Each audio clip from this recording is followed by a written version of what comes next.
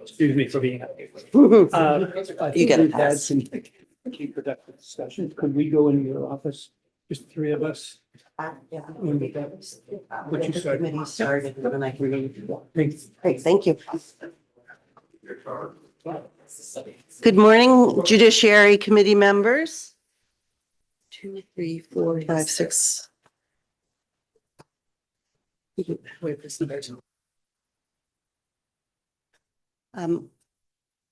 We're waiting for one more committee member who will be with us in just a moment. And then we'll begin our work for the day with committee introductions. I thought there were 7 in the room.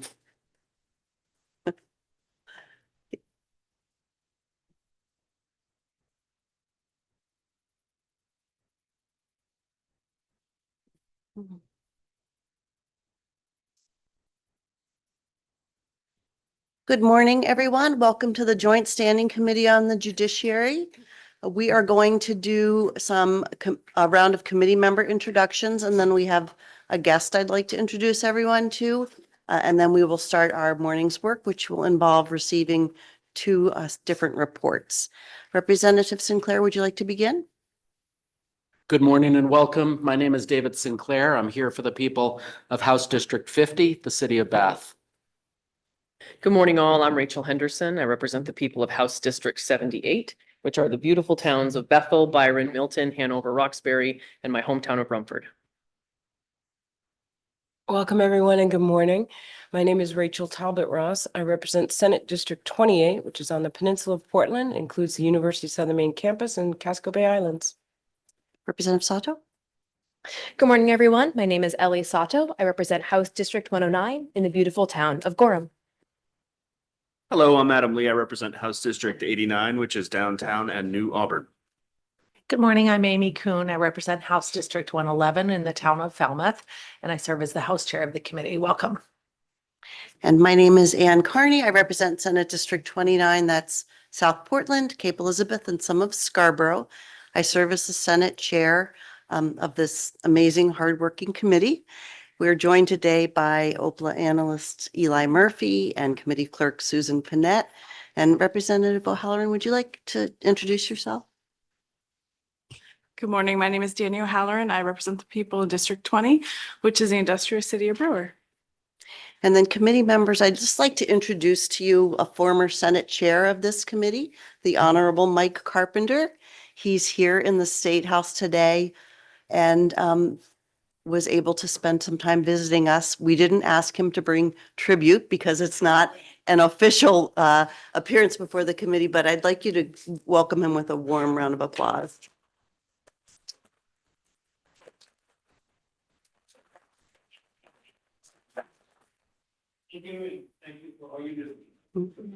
It's really nice to have you with us today. And I'm going to turn the gavel over to Representative Kuhn, and I will be back momentarily. All right, we will get started with our first report this morning, which is an annual report of the Deadly Force Review Panel.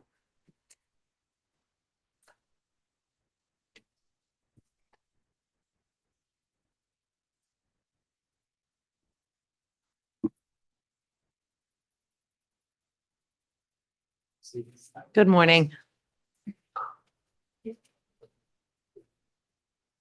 Representative Sinclair is going to turn your mic on and then we can start with some introductions. It looks like it's not on.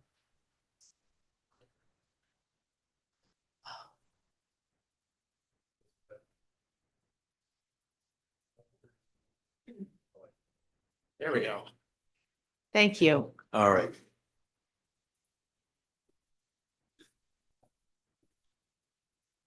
Good morning, ladies and gentlemen of the committee. My name is Fernand LaRochelle. I was the chair of the Use of Deadly Force panel in 2025, and I'm here to make a few remarks about our annual report. To my right is Steve Burlock. Mr. Burlock is the current chair of the committee. I'm sorry, of the panel.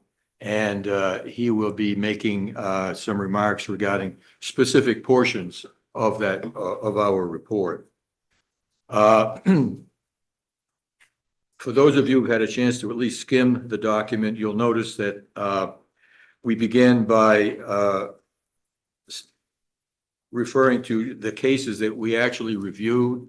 There's a factual synopsis of the case, and then we move on to recommendations that we make to law enforcement based upon our review of the cases that we have that we've done during the year. I'll just direct your attention to this is on page 6 of the report. At the very top of our recommendations, we recommend once again, and this is something we do every year, just about, recommending cruiser and body cameras as mandatory equipment for all law enforcement officers. It's something that we've stressed over the years. We continue to do that. And what we find is that the departments, by and large, are perfectly willing to do this. It usually is a matter of money, because the cameras are quite expensive to purchase, to maintain. And so for a smaller department, which will probably have a limited budget, it's very hard for them to see to it that every officer has both a vehicle camera and a personal camera when they respond to situations. But so that's really the only wrinkle. By and large, most departments are more than happy to purchase and employ the cameras. And as we know, there's a lot of valuable information that can come from the camera. The camera doesn't blink; it just shows what is. And so we think that's very important to maintain transparency and accountability. So we keep repeating it, and it's not because they don't pay attention to it. We just want to keep reminding it. We want to keep reminding them of that, realizing that at least as far as I know, not every department is fully equipped with both cruiser and body cameras. The other part of the report that I wanted to mention, again on page 6, is the part that talks about giving assistance to victims. In some of these situations, you'll have a person who may have been taken hostage, have gone through a very traumatic experience during the encounter with the police. Guns are being fired, and so afterwards, what we have started to recommend to the departments is that they see to it that we'll call them the victim, is referred to services in order to help them to deal with the trauma that they have experienced. We can't force them, of course, to do this, but we can at least refer them or encourage the departments to refer them to mental health services, for example, in many cases, or a variety of services that could be available to assist them following one of these incidents. And so what we find is that the departments now are getting into the habit of doing that. And by the way, they provide referral services not only to the victim, if there is one, of the incident, but also to police officers. Because if a police officer is involved in an incident like this, where he or she has had to actually take somebody's life, it's very traumatic for them.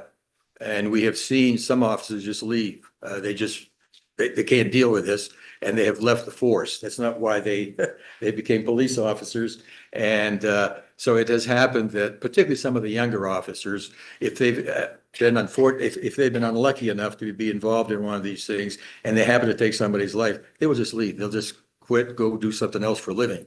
But for those who remain, we think it's very important that they be referred to mental health services in order to deal with the trauma that they themselves have experienced. So we've made a major recommendation with regard to that.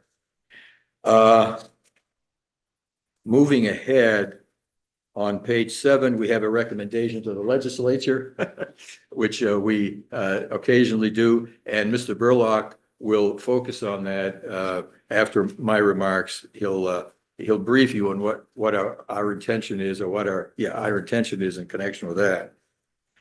On page 9, we have what we refer to as general observations. And those are broken down into firearms, drugs, and weapons restriction orders. Now, we pull out the number of firearms that were involved in the incidents that we've reviewed. We reviewed 9 incidents this past year in 2025. And of those, as we point out, 6 of them involved a person who was armed with a firearm at the time that he or she encountered with the police. And of those 6 firearms, 4 of them were so-called AR-15 style rifles, the type of weapons that are designed to discharge a huge amount of firepower in a very small amount of time. So they're very, very dangerous weapons when the police arrive to try to respond to these situations. Under the heading of drugs, what we learned is that all of the persons who were involved in these encounters with the police had either alcohol or drugs, or a combination of alcohol and drugs in their system at the time of the encounter. And usually they're at fairly significant levels. This year, I think for the first time, we have included information regarding the so-called yellow flag law. You'll see that on page 9 at the very bottom of the page. We thought it would be interesting for you to see how many times the yellow flag law was invoked during the year 2025. And you'll see that in 2025, there were 616 yellow flag orders that were issued by the courts here in Maine. That's almost 2 a day, if you do the math. And so it's come into use very frequently.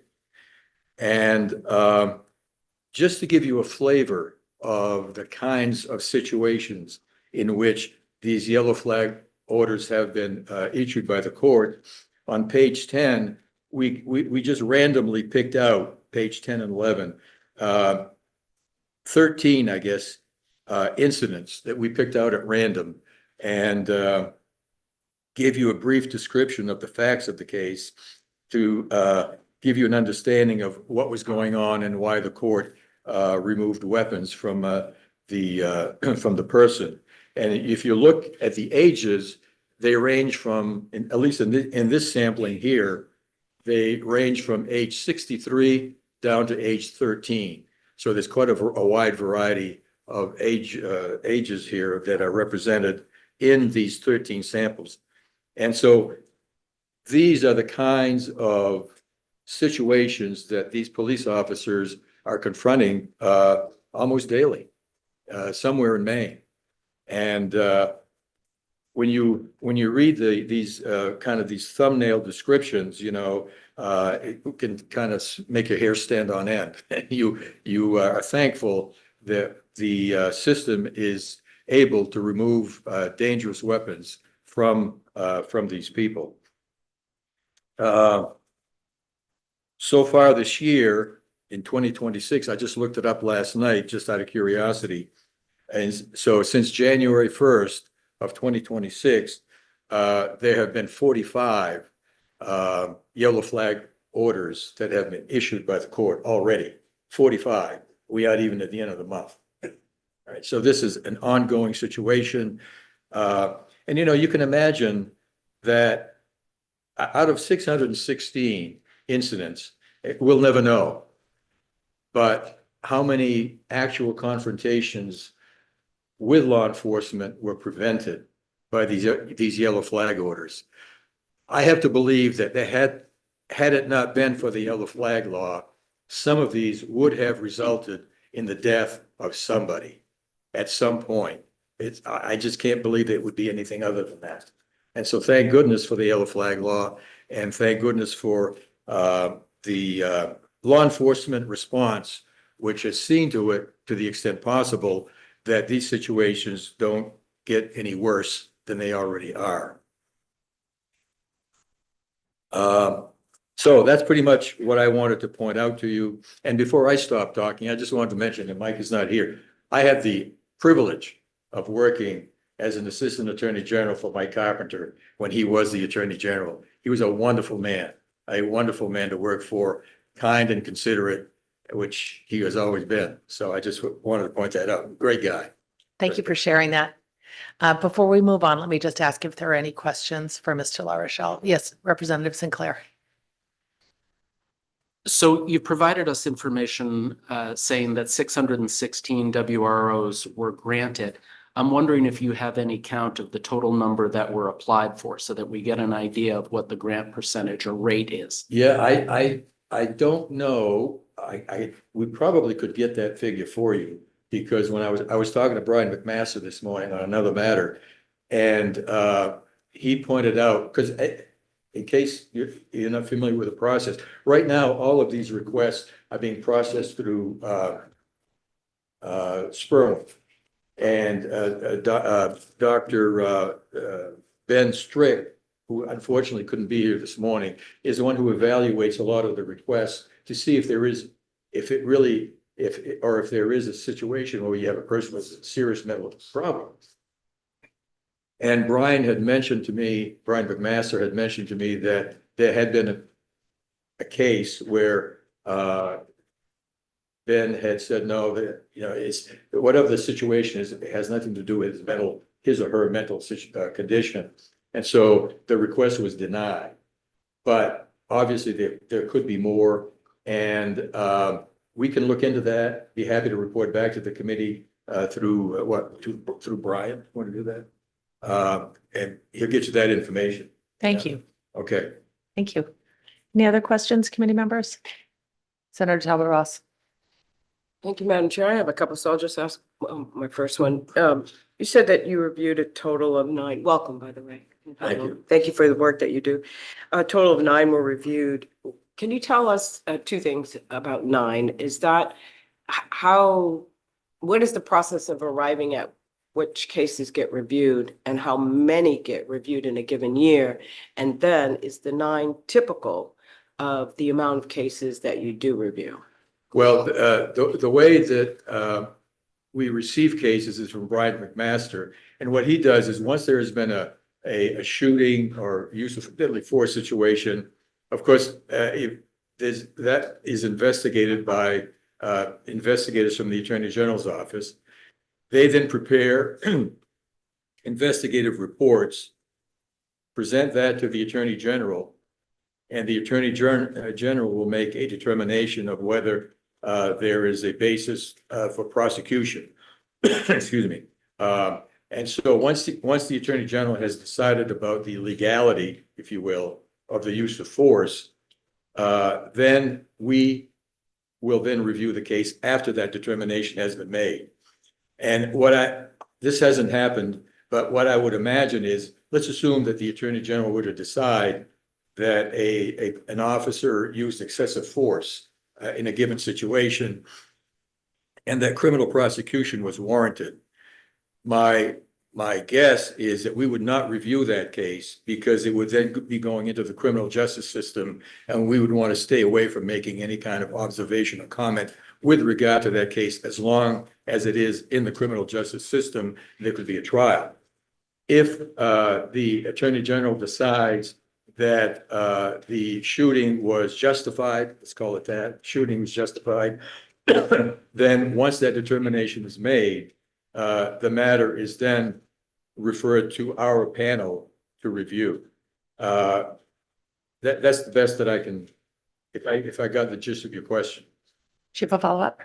I did. I didn't hear how many, if 9, the number 9 cases is typical for what you would review in a year. In a year, yeah, in a year, we might, we try to do 1 a month is what we try to do. Although in the summertime, we've taken off a couple of months just to give people a break. But we try to do 1 a month. Sometimes it gets too complicated. to do in one sitting. And so it might take us 2 months, sometimes 3 months to fully discuss and analyze and come up with observations and recommendations. Generally, that's not the case. Most of the time, we are able to review the case and make our observations and recommendations that particular month. That's what we try to do. That's what we try to do. I'm sorry. Excuse me. And my Fine. last question. Yep. Thank you very, very much. Okay. Would you like some water, by the way? No. No, okay. No. It may not be something that you can answer, but I heard a data set at some point over a number of years that there's never been a finding of unjustified shooting Yeah. by the Attorney General's office since we've been looking at this kind of these incidents. Is that also your understanding?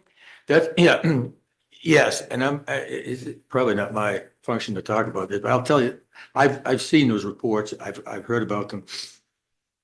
And I've seen quotes from so-called experts from out of state who talk about this is an unrealistic number and so on and so forth. Listen,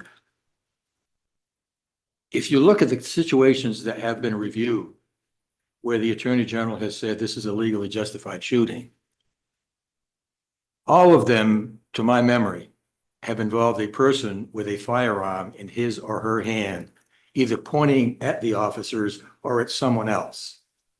All right, so that there was the imminent threat of serious bodily injury or death to someone. That's the problem I have with these so-called comparisons. Because there have been prosecutions of officers in other states. They don't match the fact situations that are presented here in Maine. And that's the problem with trying to make these comparisons. To me, it's apples and oranges, okay? I know of no case in any other state where a person who had a firearm in his or her hand and was shot by a police officer, where a police officer was prosecuted. If there is, I'd be surprised to find it. And that's what we have here. In these cases, someone had their hand on a gun at the time it happened, or a dangerous weapon, and was about to assault a police officer. Therefore, the officer used force. So I would be careful about, subscribing to this idea that, oh, in Maine, we've never prosecuted a police officer. No, we haven't, with good reason. With good reason. Police officers, like the rest of us, have the right to defend themselves and to use the force necessary to defend themselves. We all have that right, including police officers. Thank you. Representative Sinclair? Can you tell the committee a little bit about the materials that the panel uses when doing your investigation? Is it similar to just an initial tranche of discovery material that a defendant would get? Or is it something more rigorous than just the officer's reports and the camera footage? We have, obviously, we'll have the responding officers' reports, okay? And then those officers are interviewed by the AG investigators. So we have those reports. We have the postmortem report, if there is one. We have criminal record checks of the individual, if there is one. If there's a criminal record, what else do we have, Steve? We would have the toxicology reports. Toxicology reports, yeah. That comes from the post. Yeah. And then, which certainly an issue which the criminal justice system has to deal with today on all sides is we have sometimes hours and hours of body cam, cruiser video and audio. It's a dearth of material that we typically have, but looking at the process, and we've been at it now for a few years, we'd be lost without it. I mean, but it does take, to Senator Talbot's good question about the numbers of cases. 9 cases, for example, 2025 may not sound like a lot of cases, but in terms of the material that, the panel appropriately needs to review and consider its, there's lots and lots of hours that go into one of these reports. Yeah, you have a good point that Steve is making. I mean, we have the body cameras. So spend a lot of time. You can spend an hour and a half watching a body camera, you know. They get there and there's a lot going on and you're sitting there watching. Some of it is very boring. There's nothing really going on, but you watch it because you never know what's going to show up on the camera. You never know what's going to be said on the camera because these record both the visual as well as the audio. And so you sit there and you listen, watch this. A lot of the interviews, particularly the major interviews, are recorded. All right, so we can read a synopsis, 5-page synopsis of an interview, 4 or 5 pages, but then we listen to the audio.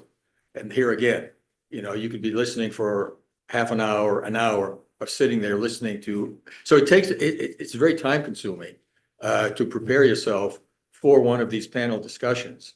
And there's quite a bit of material to review. In addition to the written material, you have the audio and the video, and when we're fortunate enough to get it. Representative Sato? Thank you, Madam Chair. I'm going to actually switch gears to the mental health recommendation because I'm noticing that in the case that you're referencing about Mr. Nichols was that. I'm going to speak. I'm going to speak to that if that helps. I don't mean to interrupt you. May I finish my question first? You certainly can. I apologize. Appreciate it. Appreciate it. So in the recommendation, you say review these systemic failures and implement meaningful reforms. In this case, where a person has had multiple incidents of exhibiting dysregulated behavior and having law enforcement officers respond to the scene as a result. And I know that on the panel, there are folks that who are mental health specialists who work in this field specifically.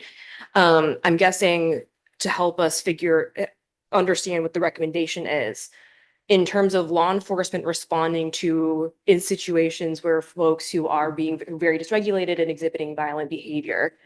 What were the suggestions from folks on the panel who are specialized in this field to better respond to those situations?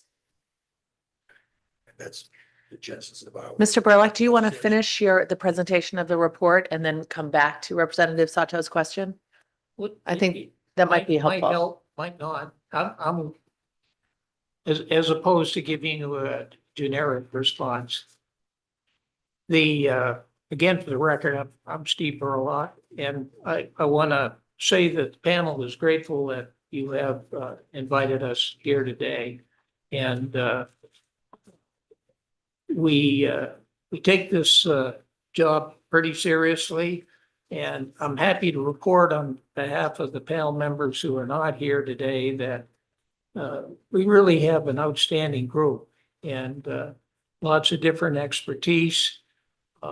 We also have a huge benefit in that we have a staff member, some of you are familiar with Brian McMaster, who is retired from the Attorney General's Investigative Division, but he's certainly a spark plug in terms of keeping us on the straight and narrow and providing assistance. He's in terms of, I think it was Representative Sinclair's question about the process. Typically after we meet, there could be 4 or 5 drafts that are circulated before we're satisfied that we've captured what we have distilled things down to mean. My assignment for today was to speak to something where your expertise, of course, would much trump ours. And that is the sections on 8 and 9, which deal with our recommendation to the legislature. In the time period that Fern and I have been on the panel, which dates back to 2019, I could be forgetting something, function of age, I guess, but I think we've had just 2 instances where we have made a recommendation in terms of either a new statute or amending an existing statute where we've actually taken a stab at, providing some proposed language for consideration. The first time we did, and Senator Carney actually, I think, stepped in and championed our cause, is we had proposed a statute on involving the illegal transfer of firearms to prohibited persons. And with Senator Carney's help, that did in fact become law. And then in the aftermath of the tragedy in Lewiston, the statute actually got looked at again, I believe, by Governor Mills' office as part of the legislative package that the governor's office had proposed. And that the statute was amended and became actually a felony. So that's sort of our experience before what we are here today to talk about.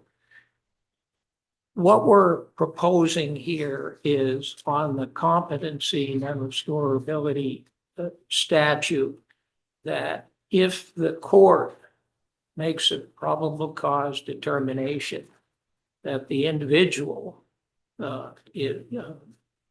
poses a substantial risk of serious harm, that person be effectively transferred right into the custody of DHHS to undergo an involuntary commitment exam under Section 3864, Title 34B.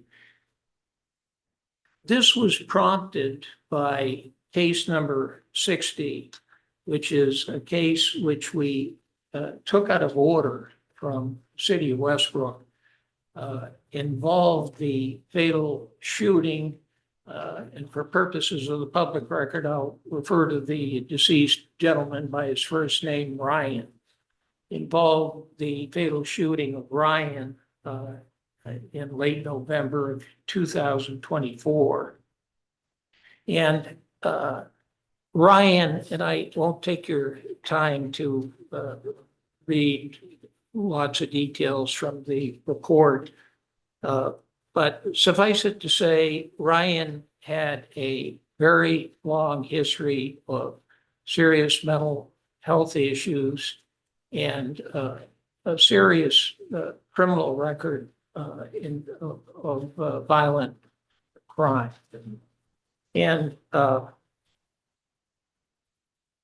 in the short few years leading up to this incident on November 30th, 2024 in Westbrook, he had been charged with several different crimes, not at the same time. This was over a period of time. And he underwent, while in custody and at the direction of the court or his attorney or the state, underwent certainly more than one competency evaluation. And ultimately, after, I've forgotten the time frame, but after 2 or 3 years of this, the court reached a point where basically they found that there was no substantial likelihood that Ryan was going to be restored in the foreseeable future. So as the panel, as the commission knows, under Title 15, the court's obligation, once it makes those two findings, is that all the charges have to be dismissed. And in this case, Ryan returned to the street and really in that immediate time frame after being released, did not have the supervision or the community kind of resource that was adequate to steer him away from further incidents. And in fact, at the time of the shooting, there were active arrest warrants, including an incident which is referenced in the report where he had allegedly assaulted two strangers at a convenience store in Limerick. So we have the events which are detailed on page 4 in terms of the summary for case number 60. Following that episode, which greatly and understandably upset the police chief of the city of Westbrook, he engaged the panel directly. I suspect we were probably not the only group that he requested assistance from. And again, if the panel commission will permit me, there's a couple of sentences from a letter he wrote, which I think are worth reading here. This is Police Chief Sat Lally. He said, "This was a tragic and completely unnecessary incident. It placed Westbrook officers in an unenviable position where they were forced to use deadly force to stop a violent threat, a situation that could have been avoided had Nichols been in a secure mental health facility or appropriate custodial environment." So it caused us in the process to start looking at this competency issue. And as most folks are aware, lots of interplay with mental health and the criminal justice system. And competency, get away from legal language, but competency really boils down to does the individual have the capability of understanding the charges that have been brought against him or her, and are they able to provide assistance or work with their defense counsel in a reasonable manner in terms of presenting their defense at trial. Usually what happens, the court orders, of course, a competency exam done by typically one of the state forensic service psychologists or psychiatrists.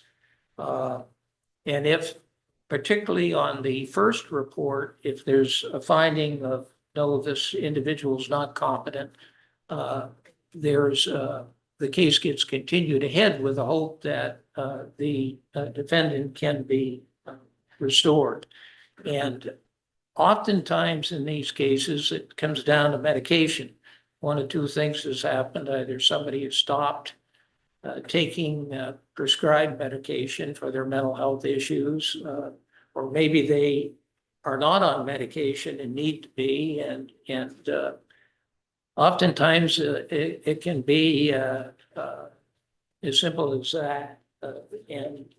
So a few months later, or whatever the time period might be, another competency exam is done and the person may be deemed restored. But there is a group of folks, no surprise, that are not restorable. So then we have the dismissal. So then what do?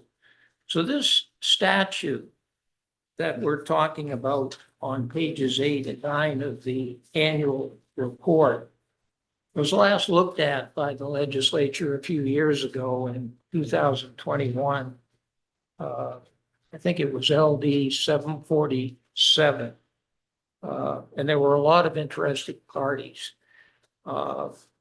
And what we end up with, which was the applicable law at the time of the 2024 shooting in Westbrook, is we end up with this new in 2021, this new subsection 5-A, should say subsection, which is entitled Finding of Non-Restorability. So the front end of that statute is, as the law appeared before, and as the law probably has stood in Maine for a long, long time, basically not competent not restorable equals dismissal. So the existing statute and the statute which we would propose be amended basically would say that following the dismissal, which the judge is obligated to do, that, and this is the language, the court may notify the appropriate authorities, who are not defined, by the way, who may institute civil commitment proceedings for the individual. What we're proposing at pages 8 and 9 is that if the court, at the time of the dismissal, if the judge who is well, and that judge probably is very well acquainted at that point with details of the mental health and so forth, that if the court has probable cause to believe that the defendant poses a likelihood of serious harm, as defined in Title 34B, it's under the definitional section, Section 3801, and streamline essentially means if the judge thinks there's probable cause to believe that this individual he's just dismissing the charges for is a threat to himself or to others, that the court would then be obligated, it would be its shall language, that the court would be obligated to order the defendant into DHHS custody for an involuntary commitment examination under Title 34B, Section 3864. And when you go revisit, some of you know these sections, I suspect, much better than I, but when you go revisit 34B and you visit the sections that neighbor, that deal with the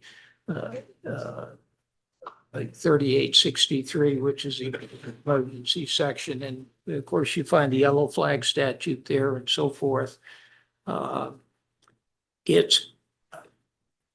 There's a lot of stuff there. I'll use the word stuff, and there's lots of requirements and lots of things. If you're starting all over again, say in 3863, there's lots of things to do, lots of ifs. And in the meantime, somebody whose felony charges, for instance, have been dismissed, they presumably are out on the street. And in the community, if they're not receiving the mental health care they need, and they're not being properly supervised, they're essentially on their own. As we see the unfortunate circumstance with Ryan here, it became a recipe for a disaster, and put the Westbrook officers in a spot where when they defended themselves, he ended up being fatally shot. So Thank you for that presentation. A couple of questions. First, Representative Sato, is your question been answered? Okay, Representative Lee. So I thank you very much for the work that you all do. I'm looking at case number 60, and I absolutely agree. It seems to be demonstrative of some systemic failure that's occurring. My question, and I without getting too far into the facts of the case, I'm wondering if the problem here was the statute or the judge not making the referral that they're permitted to do under the current statute. and you're referring specifically to which statute? I'm sorry. To the present 5-A, because what you're suggesting to us is that we amend 5-A to essentially require that probable cause finding and make the referral essentially to DHHS. Whereas it seems like right now they're permitted to do so. I guess I'm curious why that didn't happen in case number 60, and if that's something that's a frequent issue and not just isolated to case number 60. I don't think we were able to determine in terms of the May Institute, why that didn't occur in this case. In fairness to the court, we did have the docket record, and it looks like the judicial officers, and there was more than one over that period of a few years, as you might guess, tried all kinds of things in terms of the mental health aspect. And ultimately, Vern may wish to jump in and correct me, but I think ultimately the district attorney in Cumberland County, and I suspect maybe under section 106, the involuntary administration of medication, they were making every effort they could to address Ryan's mental health issue in the context of the system and seeing that he got the appropriate care. So I wouldn't be speaking because I candidly don't know the answer. And I don't think it's appropriate for me to speculate, but looking at the docket record, I'm thinking that the court, by the time they reached that juncture where they realized that they would have to dismiss these serious charges, look back at what they had tried to do over the last few years, which may have included a hospitalization, and felt that they had really exhausted resources. And I think from the panel's perspective, responding to the Westbrook situation, our goal here is just to make sure before that person is back essentially unsupervised in the community and left on their own to address their mental health problems, that the broader interest of community public safety, that we have this 3864 evaluation. And we know when you read the details of 3864, there are many safeguards in there for Ryan had that happened here. But then we would have had so we would have closed the circle, so to speak. And I don't know if that's a very good answer, Representative Lee, to your question, but. Do you have a follow-up? I think I'm simply, what it seems to me the statutory change you're recommending is rather than it being permissive for the court to recommend civil commitment proceedings, that here, if the court makes that probable cause finding, it's mandatory that they order it to DHHS. And that change makes policy sense to me, but I was wondering if in this instance that is leading to that statutory change, the court indeed failed to make that referral, or if civil commitment proceedings took place but were unsuccessful. Like, I guess I just don't know that part of the fact pattern here with case number 60. Yeah, you're right. We're moving from a permissive to a mandatory situation. I honestly don't know whether the court refused a request by the DA, let's say in that case, or just didn't do it, because as Steve pointed out, the current statute, if you take a look at it, I don't have it in front of me, but my memory is that, it's permissive, and also it says to the appropriate authority. Who is this? What does the judge do? Who are these appropriate authorities? So most judges are going to say, I don't know what they want me to do here. we're not gonna do anything, okay? And so nothing gets done. And we requested Shira Burns, who was, in contact with the Prosecutors Association, to talk to all of the DA's offices to say, do you have this kind of a problem? And they said, yeah, we do. It's systemic. It's where, we see these people being released back into the community, nothing is done. And every once in a while, someone is going to fall through the cracks where the results are unfortunately sad and tragic as they were here. And so it wasn't just Cumberland County that was experiencing this. My understanding from talking to Ms. Burns is that it's a statewide frustration that exists amongst the district attorney's offices where they have cases just dismissed because of non-restorability. And the court, maybe understandably, because of the language of the statute, doesn't know what to do afterwards. Where to go, what to do. With our proposal, the court is told what to do and presumably would follow the mandate of the legislature. Thank you. Representative Halloran, did you have your hand up? No, I was on the previous one that we were discussing, so. Okay, thank you. Senator Talbot Ross? Thank you, Madam Chair. It's such an interesting discussion. I will just say it's frustrating as a legislator, though, after, serving 4 terms in the House and now in the Senate, that we're having this exact same conversation. I'm pleased that it's in judiciary, but we've been having it in HHS and criminal justice, public safety for years. There's been numerous studies done by the legislature on this particular subject.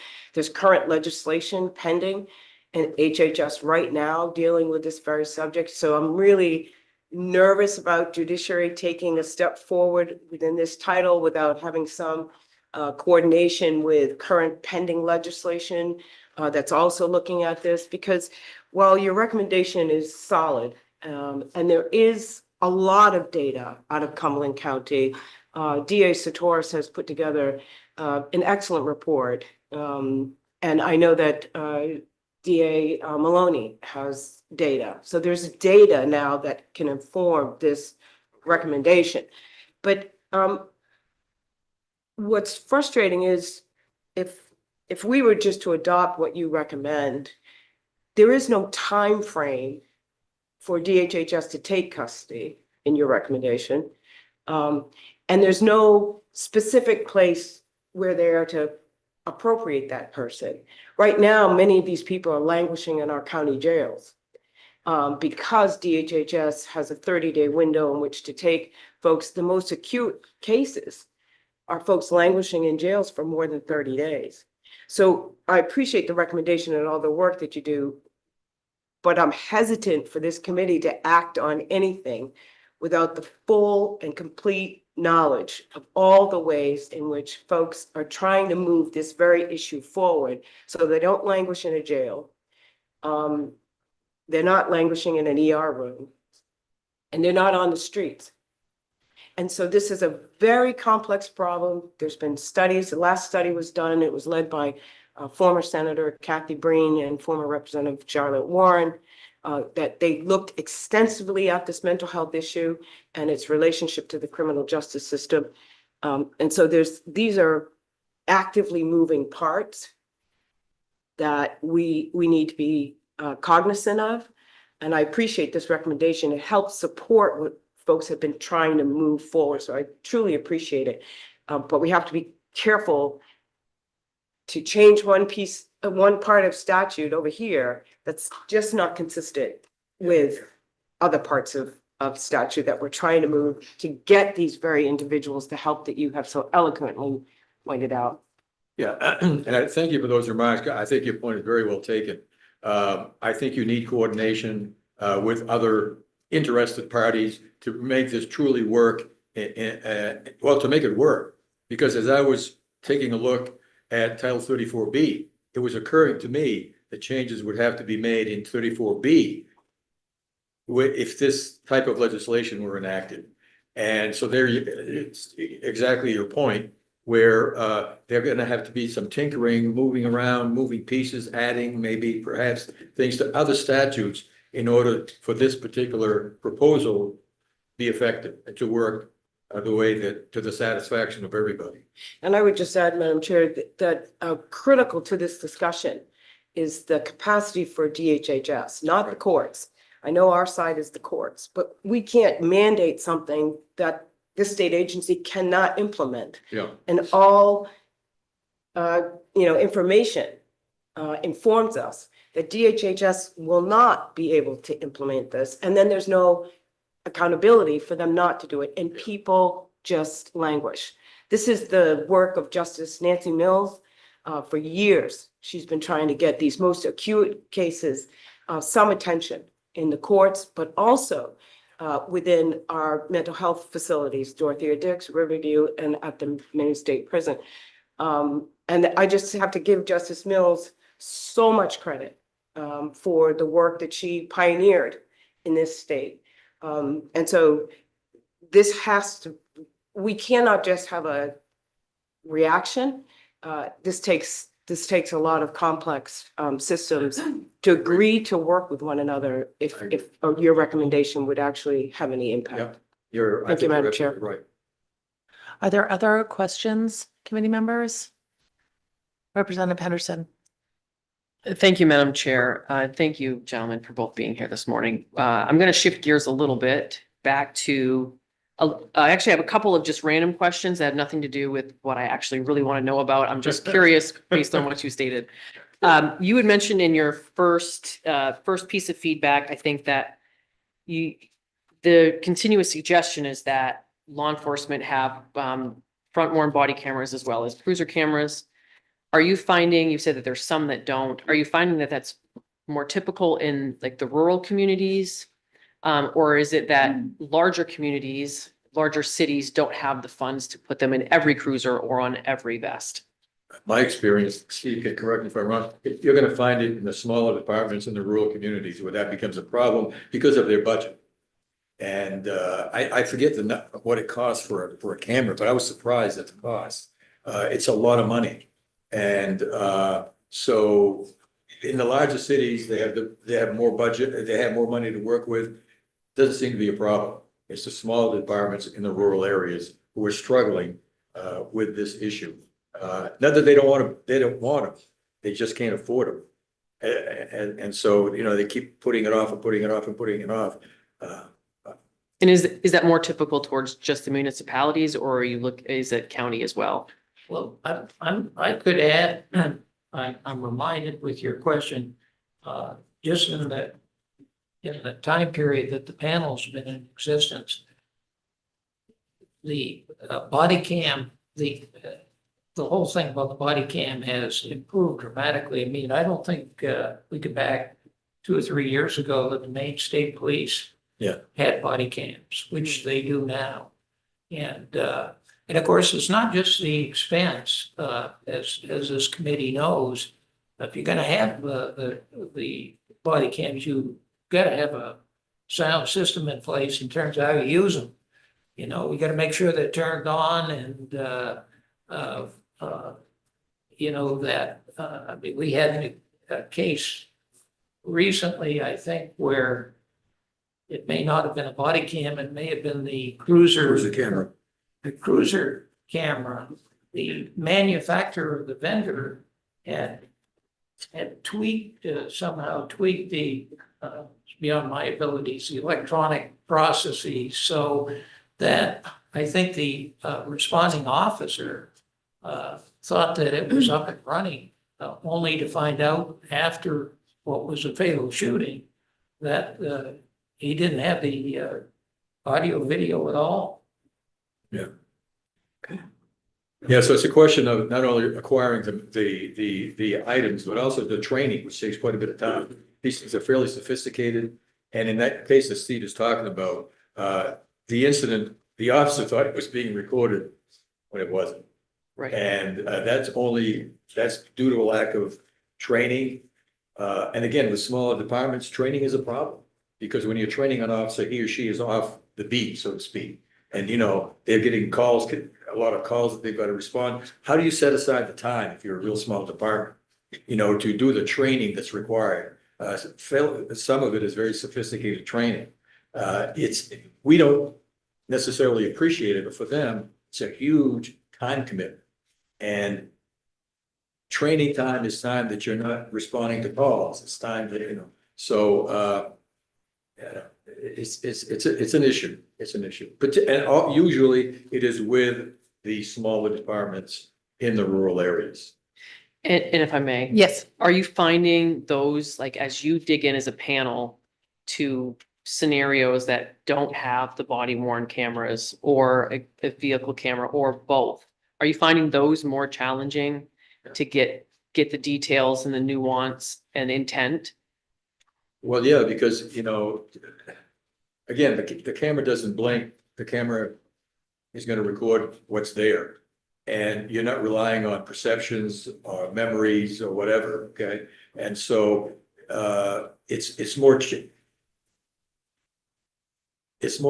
well, I don't know if you call it more challenging, but it's less information and you always want more. And you always want corroboration of some sort. If an officer says this or someone says that, is there a way of corroborating it through either other witnesses or through let's say a video of what was going on, an audio of what was going on? Yeah. Thank you. And I have a different set of questions, if that's okay. Representative O'Halloran. I have a couple questions, but later question made me think of another one. One of the problems in our area is having somebody who can actually retrieve the film off. You have to hire specialists now to do that, which is extremely expensive. And then if you're talking about FOA, the cost, that's also an area of expertise of being able to pull out just a certain sections and to be able to redact and stuff like that. So it seems like small departments and mid-sized departments not only have the extreme costs of these outfits, which are very expensive, but then to have the ability to even retrieve the information off of them is extremely expensive. Yeah, and I'm gonna just kind of half remember this, but I remember in one case, I forget exactly all the circumstances, but the officer the officer didn't realize that he could have retrieved material. By the time he realized it, the material had been erased. And he would have had like 30 days or something to retrieve them. And again, this goes back to training, see? Right. You buy the equipment, but then you've got to train people Right. on how to use it Yeah. effectively. I did have a question though on the cameras. When you have a mid-sized department or a smaller department, and let's say they do have enough body cameras for all of their law enforcement professionals, but as they do, they fill different roles, so not all of them have their body cameras all on them all the time. And every once in a while, out of the blue, you'll have a big emergency call where it's all hands on deck, everybody goes. Should there be a rule that the law enforcement officers have to put their body cameras on before they respond to those emergency situations, or is that not appropriate if depending on the emergency? Well, I think your last one is correct. It's gonna depend on the situation, right? If the urgency is gonna dictate what you want to do. Obviously, if it's an extremely urgent situation, people's lives are at stake, you're not gonna probably not gonna drive back to the police station if you don't happen to have, usually the cruiser camera will be there. But of course, that depends upon how you Sometimes you position your chase, cruiser, yeah. right? Yeah. So, but as far as personal body cameras, it's gonna be on a case-by-case basis, depending upon if the officer doesn't happen to have the camera on him or her, they're gonna have to decide whether they have time to get a camera or not. Representative, it seems like these questions might be better Yeah, answered by the Department of Public Safety or law enforcement than perhaps the panel that we have in front of us. Representative Henderson? Thank you, Madam Chair. And now to my, I think, main set of questions that I have. So I'm in the section of law that talks about the establishment of the Deadly Force Review Panel, how it's comprised, what your responsibilities are. And I'm not seeing specific details as far as somewhat of the type of information that you can collect, how to handle confidential information, that you have access to, request information from experts. Couple of questions that I have. One is, during the course of your quote unquote investigation, as you're reviewing this, do you ever have either a set of questions that's sent out to the agency involved in the shooting? Do you personally have an interaction and question the officer involved? Is there ever any type of a back and forth between you and the department or you and the officer? Yeah, and when I say you, I mean you as the panel. We, to my memory, we haven't done that exactly. What we have had, we've talked about doing that. But we just haven't seen the need for it yet. I'm not saying that it's off the table. I'm just saying it's something we have not done. Although we have discussed the desirability of bringing in the officer or an officer to have a dialogue with him or her. Mhm. The situation. We just haven't done it. We haven't seen the need for it. What we do have, every time we review a case, we have at least, just about every time, we have the primary investigator from the Attorney General's office at our meeting. Mhm. So he or she will, most of the time, be able to answer questions that we have that may not be reflected in the answer to which may not have been reflected in a report. So that's helpful. And so far has been adequate, at least as far as we're concerned, to answer whatever questions we have. But to your point, we haven't taken that possibility off the table. That's something that could happen. You feel as though you do have the authority to Oh, do yeah. so. Okay. Yeah. And I feel satisfied that we would receive full cooperation from departments on that. Okay. The other thing too, I would add, the other thing that we certainly have done is occasionally we realize after looking through what is, we've described as a huge investigative file, that there might be certain medical information, for example, treatment records, that we feel would be helpful to us that we need. And so over the course of our time that we've been at this work, we have reached out often through the Attorney General investigator to request that information. So that's fairly customary that I shouldn't say it happens in every case, but yeah, I think we have the ability to, as Fern noted, if we wanted to ask somebody questions about a specific issue, that we would have that authority to do so. Do you have additional Thank you. questions? I do, yes. So when it comes time, when you have a final report, when you believe that with consensus, however that is comprised, you have a final report. Is that report shared with the department ahead of time? Is there like a preliminary report that's shared with the department? So, and I ask because there has been, while the reports provided back to the department, police departments, I've heard really good feedback on, right? That says, hey, actually, I think you're right in this area. There is a gap in our training. There is a space that we need to tighten up on, and they appreciate the objective feedback. But on the flip side, to provide you with objective feedback would say, reports that maybe there have been some omissions or some errors in the report itself. So when you're providing that report to a department, do they get a preliminary version of this so that they can give you feedback and say, hey, look, actually, this, and this we believe is correct, but can you revisit these parts of it? Because we don't feel as though that there may be omissions, there may be errors, or just simple misrepresentations of the facts given. And then you can, in an objective manner, is that ever provided, that back and forth dialogue, or is just your report your report? As far as I know, we don't present them with a preliminary report for their review and comment. We present them with the report. We do receive feedback, and we do take that feedback into account. And we try to be responsive to them, either privately, and exchanging information or letters, let's say, back and forth. That has happened. And also as a result of some of the feedback that we've gotten, we have altered the composition of our report to, in some instances, refer to what we call recommendations that are specific to this department versus system-wide recommendations. Right? And that resulted from some feedback that we got from one of the departments.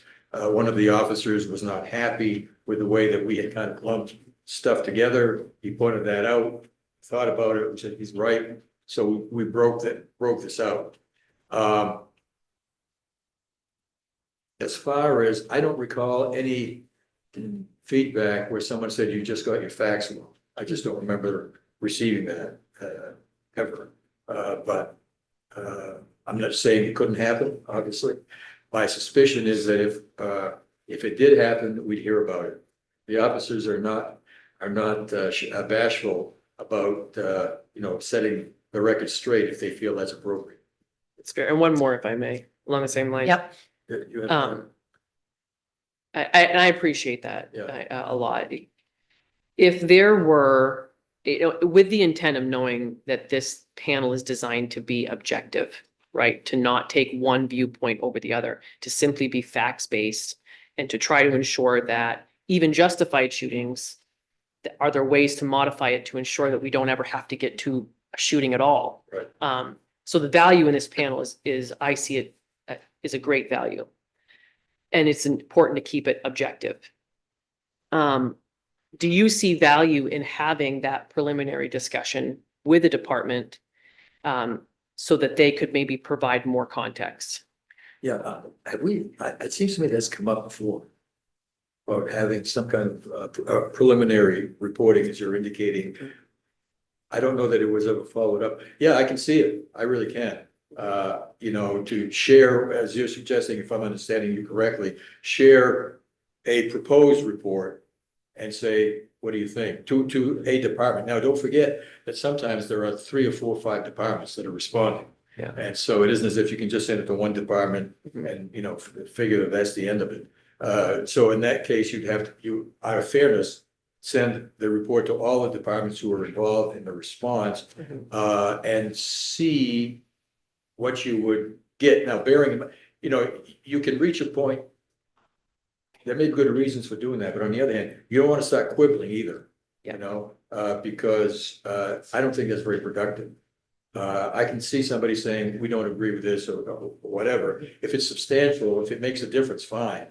But whether somebody was wearing a red hat or a green hat, I don't want to get into that. Right. Okay.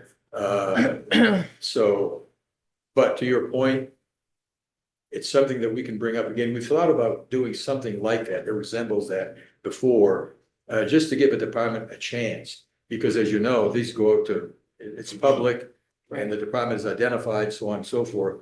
And so, perhaps as a matter of consideration or fairness to them, we could do that. It would prolong, obviously, if we did that, we'd want to get a quick turnaround. I wouldn't want to wait 2 months before we hear back from the department, because we try to get these reports out in a timely fashion, reports to the committee here. And so I wouldn't want a department saying, well, we'll get around to it when we can. You get 10 days to get back to us or else. Yeah, that's fair. And something that's based more on this is our collection of the facts more than what do you think about our assessment and how you can do things better. Yeah. Right. That feedback, I think, is what you guys provide, not what departments provide, but just what the department might provide for feedback on the facts of the case. Yeah. What I was gonna briefly add is we start each case as a panel, we start with really probably our initial mission under the statutory mandate, and that is the accepted and best practices. In other words, what we're now reading and gleaning from the investigation. We feel that the accepted and best practices were implemented in the situation. And even if they were, and following up on your comment a moment ago, could they be improved on, based on, we thought for a long time, and maybe as part of the Criminal Justice Academy's training on a certain issue, this is what the training would suggest. Then when you see a couple of these things in field, you know, as good as we may have thought initially that practice was, how will it this, you know, at least in that kind of circumstance. So I think that, you know, that's a key part of our statutory obligation and mission is to look at the accepted best practices of issues. I guess I would just offer a comment that it seems to me you really need to use caution in providing opportunities for the department to make suggestions, alterations. I mean, one of the points, right, the point of the panel's report is to provide an objective, neutral analysis of the record as it was developed that's independent of the investigating agencies. So it seems to me that could potentially really undermine the very purpose of the panel. So I just want to offer that that caution. Senator Talbot Ross? Madam Chair, thank you for those comments, because I was sitting here pondering my good friend, the former Representative Jeff Evangelos, the Honorable Jeff Evangelos, who led the charge to create this panel. And I think who served on this committee for several years. And I think that the way you captured that response would be something that I can hear the good representative also saying. I strongly oppose this suggestion respectfully because I do think it undermines the confidence of the public to know that there's been a fair, transparent, and accountable system in your review. So I just wanted to piggyback off of the good Madam Chair here that I hope that that is not a direction that you would go in. It feels like undue influence by a department. I also had a question about the reports, if it's okay to ask it at Yes. this time. I don't know if Representative Henderson is finished with her line of inquiry. Representative Henderson, are you finished?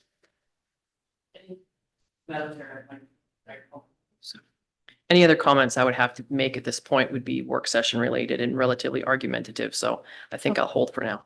Thank you. Representative Sinclair, you had your hand up on this point. Did you have a comment or no? I have a separate question, so if Okay. Senator Talbot Ross has something related to this matter, it makes sense for her to go first. Thank you. Thank you. Thank you, Representative. Thank you, Madam Chair. I did want to ask you something about the report because while it does say in statute you have to submit an annual report, it doesn't say what needs to be in the report. And I'm just wondering if you could add a couple of things to, or consider adding something to this report. One would be demographic data. I could yield it myself by going through all of it: age, gender, race, geography. But it would be great if embedded in this report, we just had that demographic data. And also would like to know the 9 cases out of, I think out of maybe 6, out of how many cases, so that I can get a understanding. You said 1 per month sometimes, but you know, the percentage of the review versus the, you know, that's an important thing to understand. If you're only looking at less than, you know, 10% of the cases, or you're looking at 20, yeah, that matters to me, because then I can put what you've reported on in some context of the overall picture of what's going on with deadly force. And then if it's possible, in the report, there's you give us a great list of the panel membership, and then you make note of the vacancies.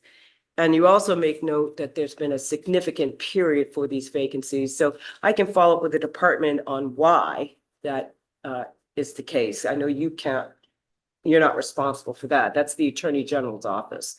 And I think it's a very, very serious question to the Attorney General, why a significant period has elapsed and these vacancies are still open. But in your report, if you could just say, I don't know what significant period is. So it'd be helpful if in the report, if I had the terms of these positions, so we know when one expired and one has been vacant. That would be extremely informative for me anyway, if you could think about those additions to your report. Thank you, Madam Chair. Thank you for those suggestions, which we will, we meet next on February 26th. And Fern and I will be updating our fellow panel folks at that time, and we'll bring these to their attention. In terms of the number of cases, with the exception of number 60, which was taken out of order because of Chief Lally concerns, I think we end up with in the report that's before you in my copy. I won't take everybody's time pawing through it, but whatever that last number would be, I think it's in the 40s. Yeah. Maybe. And if you look at the statute, because this group, I've been parts of, obviously I'm an older guy, and look at me, I've been a member of a lot of different groups over the years. And I think Fern and I've said this maybe to many before. We have the folks that we have are superb. They bring all different kinds of experience and but we seem to really gel well together. And we have our disagreements in our meetings, which are to be expected. You wouldn't want it any other way. And I think that when you, and you reminded me, Senator Talbot, I had meant to ask Brian McMaster if he was here, he could tell us how many pending cases there are, because we have to wait. We have to wait for the Attorney General, of course, to make the legal justification finding. And once that's done, then the case comes to us. And we hear everything where there's been use of deadly force resulting either in death or serious injury.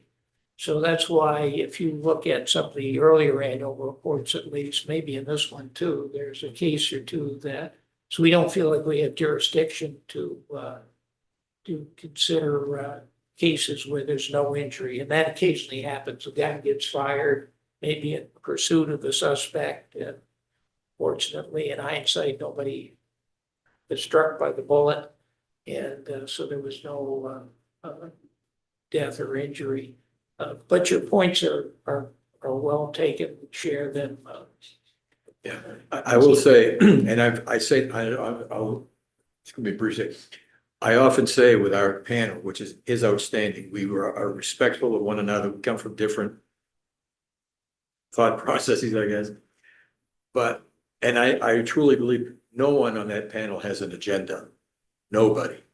We sit there and we examine the information, and no one is pushing an agenda either one way or another. And I think that's extremely valuable. We just want to find out how the system can be improved, period.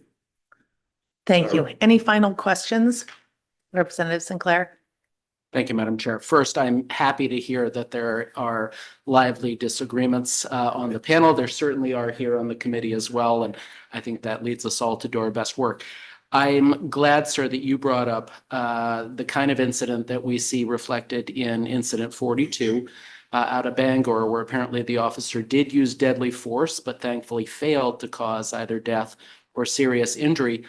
To my mind, the value to the public is in having the panel review all use of deadly force, not just those ones where the officers succeeded in their aims. You note here in the report that you find those incidents outside of your statutory purview.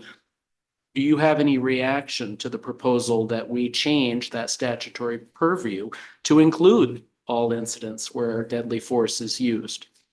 Or put differently, do you think there's benefit to having the panel only look at those situations where unfortunately a member of the public is killed or seriously harmed? What do you think?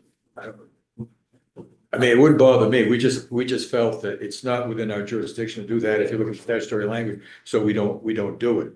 I can tell you that in one of the cases, this goes back a couple of years in Lewiston, similar situation. the guy, actually committed suicide by the time the police got there. And, one of the panel members wanted the case reviewed nevertheless. We didn't do it because of the statutory language. So there is some sentiment on the panel for doing what you're proposing. Okay, and I don't think the panel would be adverse to that. We do what the legislature says, spirit, simple as that. Thank Yes, I you, think they're- Senator Carney. I just wanted, before we finish, I just want to acknowledge this is the 6th annual report of the Deadly Force Review Panel. So I've received one every year that I've served as Senate Chair of the Judiciary Committee. And the first term that I served in that capacity, I worked with the Honorable Jeff Evangelos. And he was the driving force behind the legislation that created this panel. He has been an incredible contributor to our state in many, many areas, but especially in this area, I think that those of us on this committee are really acutely aware of the beneficial changes in our laws and practices that have come about as a result of his work. And I just wanted us all to acknowledge the contributions of our dear colleague. Thank you, Senator Carney. Any final comments before we let these folks go? All right, not seeing any. Thank you very much for joining us today. Again, thank you very much for having us here. We know you're busy and, but we appreciate the opportunity. Well, we appreciate your work. Thank you. Have a good day. Madam Chair, may I ask a procedural question? Yes. Given that a number of us had some questions for the department, what would make sense as a next step? Like the question about vacancies, I think there were some other questions that Representative O'Halloran may have had for the department. Is that just something we should do on our own, or is that something that the committee, I know time is of the essence, but Senator what do we do with all of that? Yeah. I think we could ask our analyst to ask to follow up on those questions and then bring them back to us. But I also think that we should not expect that to happen until we're a little, a couple weeks, if not 2 months further into the session when our workflow is at a different point. Just to, yeah, thank you, Madam Chair. I don't need this tomorrow, but I do think that there were a couple of questions to the department that the committee should have answers to at some point. Eli, can I ask, are you clear on what those questions are so that you have clarity on what you're supposed to be providing? Sure. Eli Murphy, Office of Policy and Legal Analysis. So I do have notes, Senator, of your questions regarding membership, and I did take notes of all the questions you asked specifically related to the department. And if there are other questions that other members of the committee have specific for the department or for other individuals, feel free to send them to me. I will get working on that kind of in the background.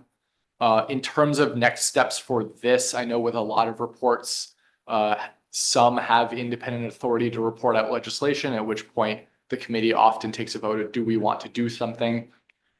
This specific report, as well as some of the other ones we received, does not have independent authority. So there isn't a direct pipeline to a piece of legislation. There are some ways to get legislation that we can talk about at a point that we schedule to do that. I don't think that's ripe for right now, especially given the other pieces of legislation that Senator Talbot Ross mentioned in HHS, for example. But there is, as you come up with ideas or as you have thoughts about what you want this to kind of go for next steps, be in touch with me and we can work on figuring out where next to go with this. And in the meantime, I'll work on those questions for the AG's office. Thank you.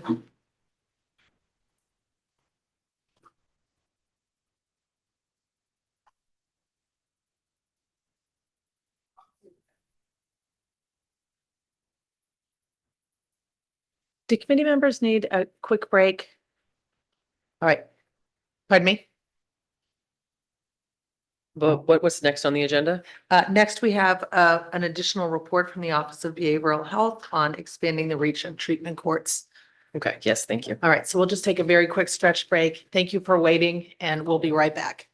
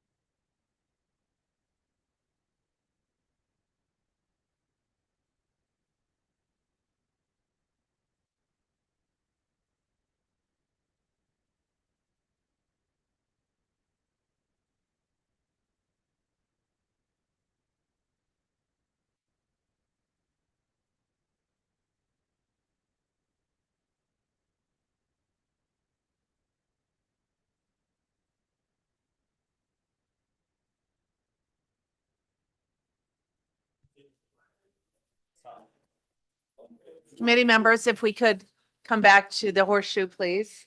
Oh, we have to turn on the TV. We're just gonna take a moment and start the video. It's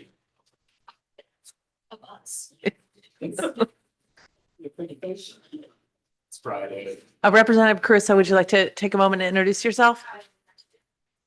Good morning, everyone. I'm Elizabeth Caruso. I represent House District 72, which is much of northern Somerset County.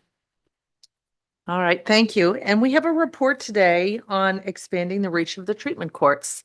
Welcome to the Judiciary Committee.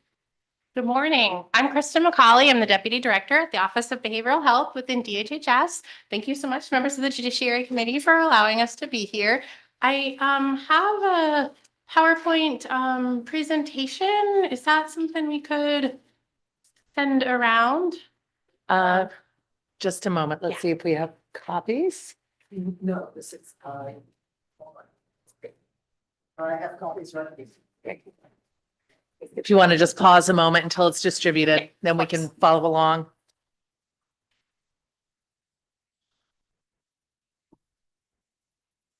No worries. Thank you.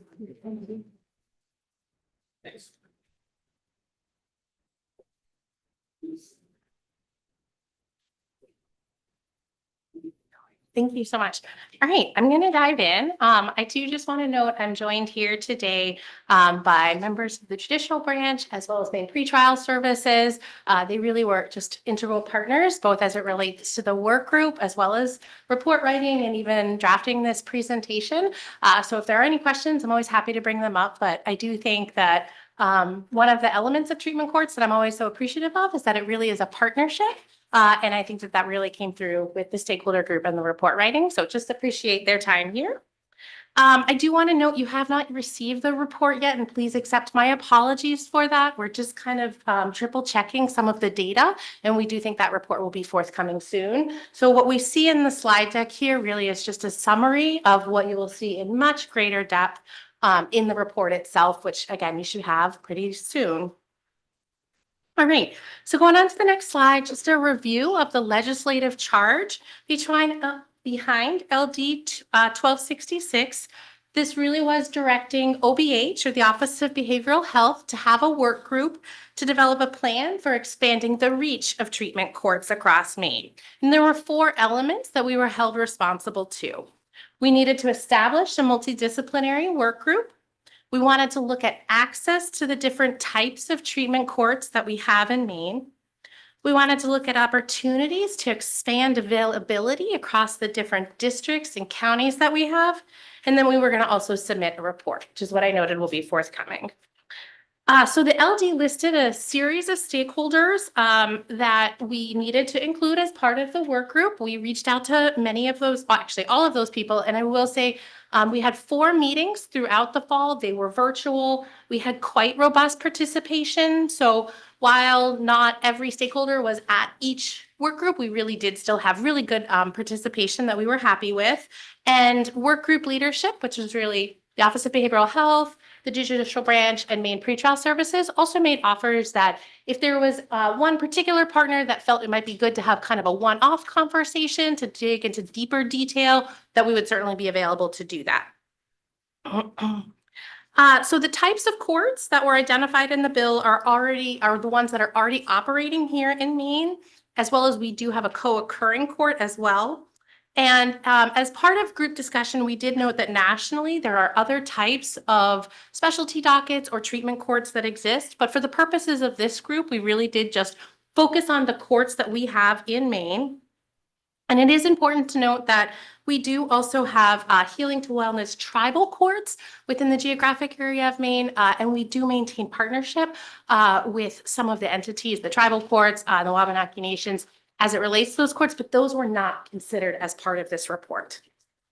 And the work group, we really looked at where the courts that are currently operational and what this might mean for areas of the state where there might not be easy access. And, you know, we are at a place that across the Department of Health and Human Services, as well as the judiciary, you know, the resources that we have available are, you know, being utilized by the courts. And so when we think of what does expansion mean, if we think of new courts, that would require funding, which, we don't have the funding for. And so what we tried to balance in the work group was just also thinking about where there might be easy opportunities that support the optimal operation of the courts that we have. So we think about access broadly, but also just as it relates to the current infrastructure that we have. Excuse me. So a little bit about the working group, the process and the scope. Like I said, we had 4 meetings, met on a monthly basis. They really were structured to review the legislative charge, and you can see some of the deliberations that were included there: access and equity, capacity and infrastructure, eligibility criteria, etc. We also made sure to utilize a framework that was grounded in some of the nationally recognized best practice standards for treatment courts. These are promulgated by All Rise, which is formerly known as the National Association of Drug Court Professionals. So we really tried to look at what was expected of us, both in statute, but then also what are some of the national frameworks for us to refer to ensure that we're grounded in both things there. The next slide, which really looks at just our current landscape. So right now we have 14 total operating courts. Again, this doesn't consider some of the healing to wellness courts. We have 8 operational adult drug courts. And then we have one that will be coming online in July, which is the Aristic adult drug court. So we have 8 adult ones currently, 1 that is in the pipeline and is really being worked on. We have 1 co-occurring disorders court, which is in here in Kennebec. We have 2 veterans courts, Kennebec and Cumberland, and then we have 3 of the family recovery courts. And the next slide is just a graphic of where the different types of courts are right now, and then what that means. We really thought about from a access perspective. We took a 20-mile radius and just looked at it from that perspective. The report itself does have many more graphics that really just look at what this means for the different types of courts and the different types of access there. So this is just the one highlight slide that we wanted to include here, but again, that report will have a lot more information. Excuse me.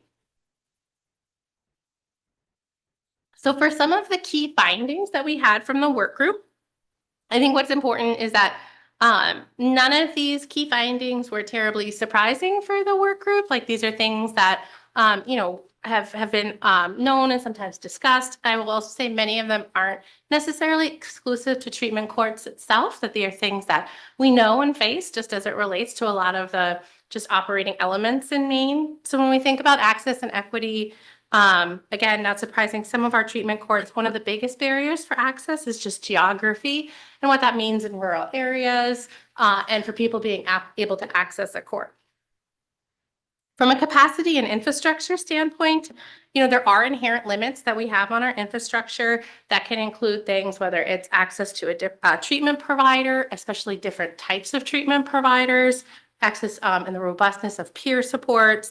And some of this, when we think of it, can need or needs to be operational considerations for access and expansion of treatment courts. And that treatment is an inherent component, and if there are significant wait lists for different types of treatment, whether it might be OTP or withdrawal management or residential, those are factors that have to come into play there.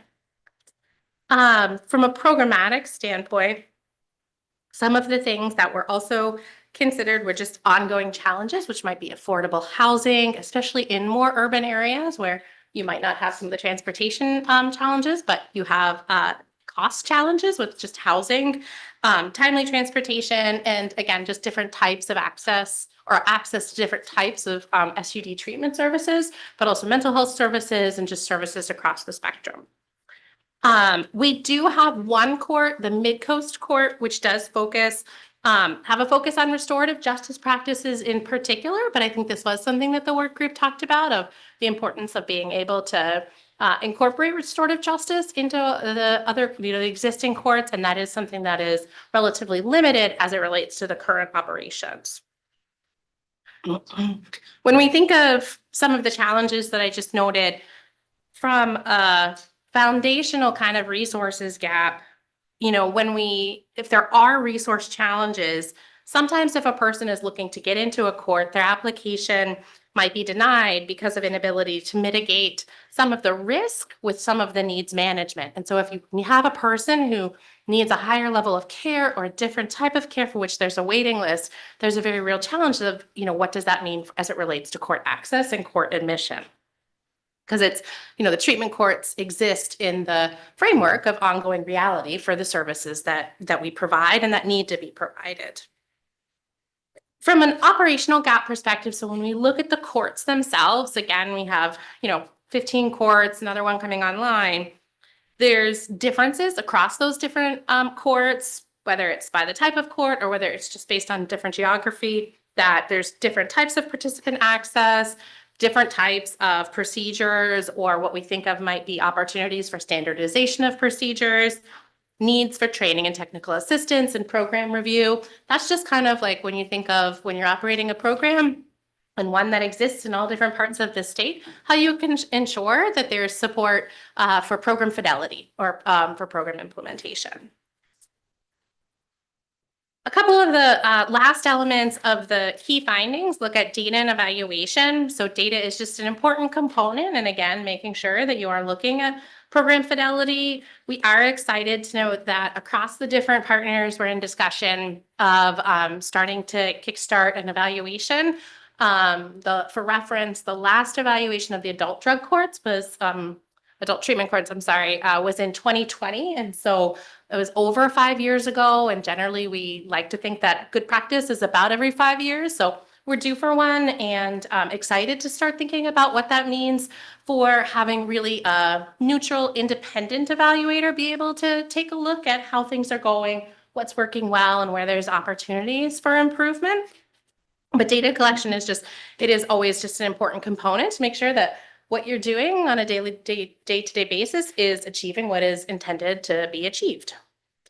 And then finally, the last finding noted here is just looking at recovery capital and workforce. So when we think about recovery capital, it's the collection of personal strengths, social supports, and community resources that individuals draw upon to initiate and sustain recovery from substance use disorder. And especially in recent years, we've looked at how alumni engagement, peer support, and workforce development priorities might be underutilized and how we can really strengthen that to become more fully integrated into the courts, because it's just an inherent component for both court success as well as individual success. When we think of some of the recommendations that the work group came up with, we really do always want to start with, of the courts that we are currently operating, how can we start with ensuring visibility of the existing programs? This is everything from helping to promote awareness and understanding of the courts, but also acceptance of the courts and, kind of that they are a little bit of a different model. This helps with referrals, it helps with capacity, et cetera. So, in order to be able to support a court program, people really need to know about it and ensure that people are getting into it. Most of the current operational courts are not at capacity, and they haven't necessarily been since inception. We also want to think about when it means expanding availability to individuals. Like I noted, Aroostook County, the adult treatment court there will be opening up hopefully in July. That's been something we've been planning towards. And that means that each prosecutorial district will have at least one treatment recovery court in it. But again, when you think about access, whether it's transportation or just distance, there are still barriers that we need to think about. It's not just about having one in each district. It's about how do we ensure that there's access to those ones.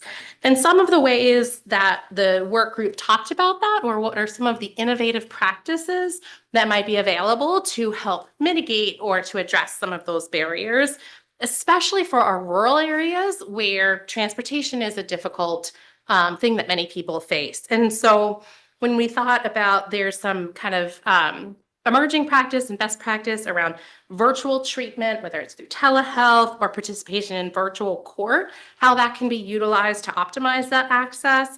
It certainly eliminates the need for travel, but it can also reduce overall costs that might be associated with travel. And it includes flexibility with scheduling in particular. So we do always want to make sure that we think about what are some just innovative or alternative strategies so that for people who might not be able to have that kind of standard access, what that means for being able to still participate in the courts themselves. As I noted, like I said, we value data, we value evaluation because it is important to ensure fidelity to both national best practice as well as to how we look at what is like regular program monitoring and outcome reviews.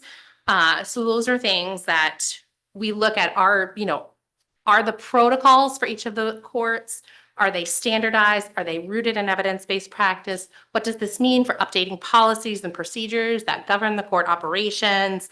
The written agreements across the multiple different partners, just making sure we have all of those things and that they're rooted in national best practice. But then there's also the fidelity to how that is implemented on a day-to-day basis. At the local level, amongst each of the individual courts, we also look at how to close or narrow some of the operational gaps.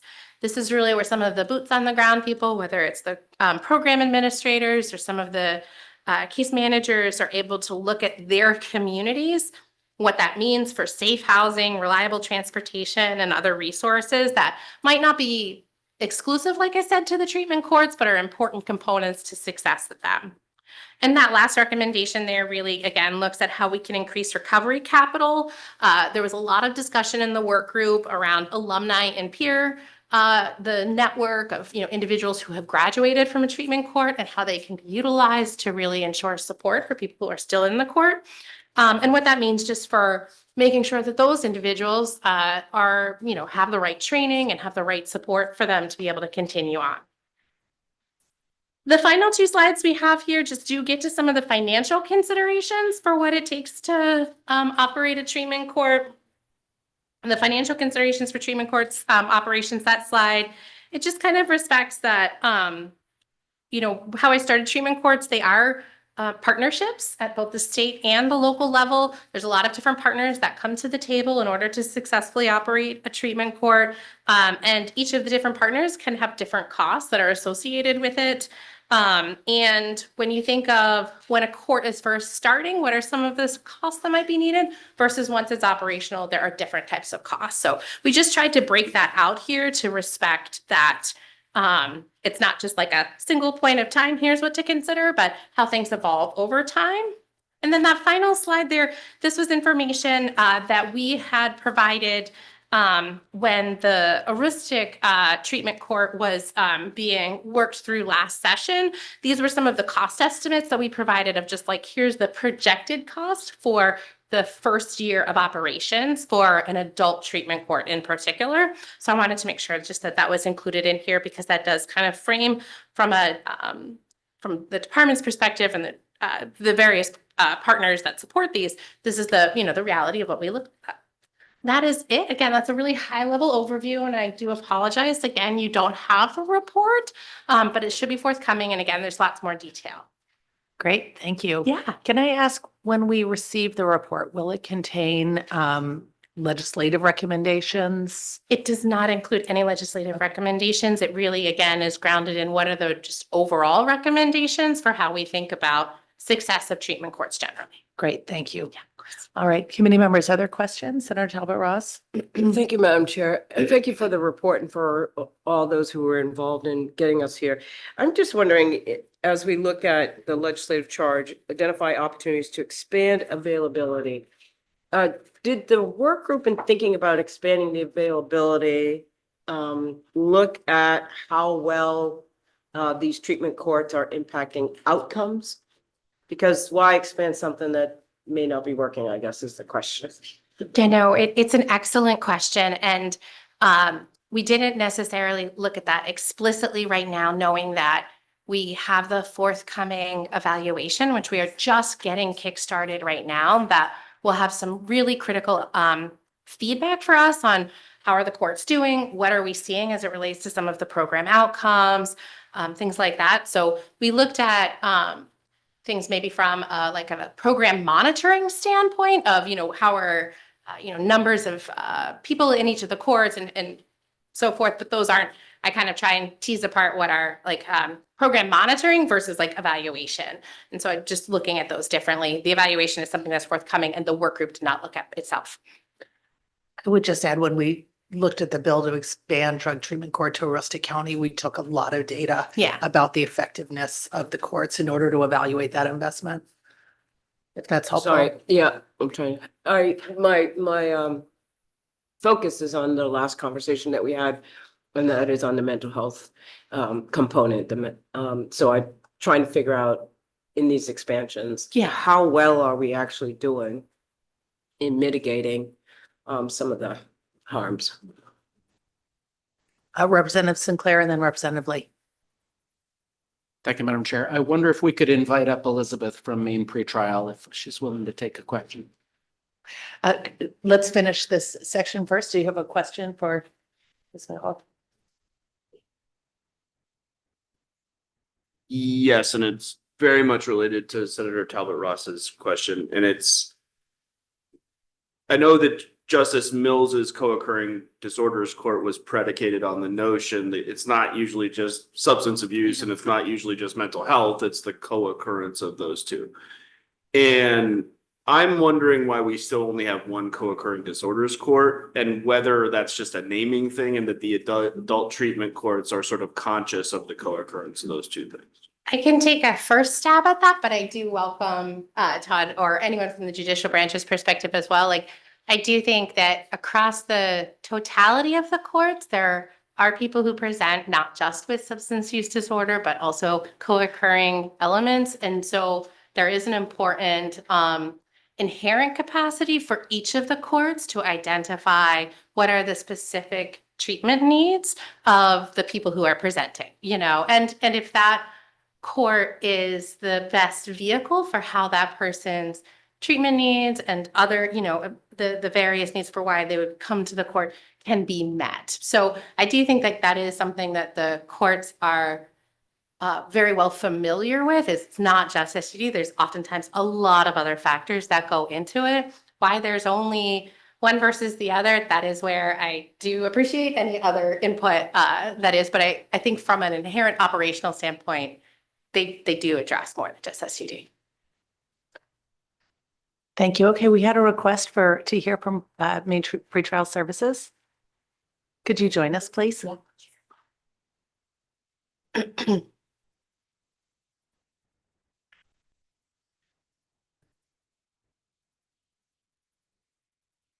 Good morning, Representative Cologne, members of the committee. I'm Elizabeth Simone. I work at Maine Pretrial Services. Thank you. Representative Sinclair? Thank you, Madam Chair. I don't know which of the two of you will be better able to answer the question, so I'm glad you're both there. From my experience, Maine Pretrial has been a crucial part of much of the success, both for defendants and for the continued ability of the court system to proceed and to meet the people's needs.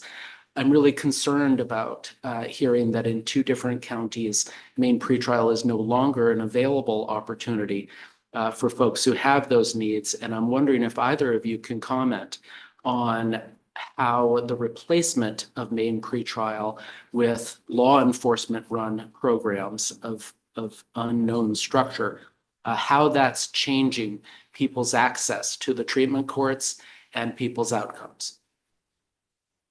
You can. Yeah, go ahead. Could Could you move the microphone towards you a little bit? Thank Yeah, you. Sure. Thank you for the question, Representative Sinclair. Just to clarify, I believe that you are referencing the termination of contracts for pretrial services in Penobscot County and in Knox County.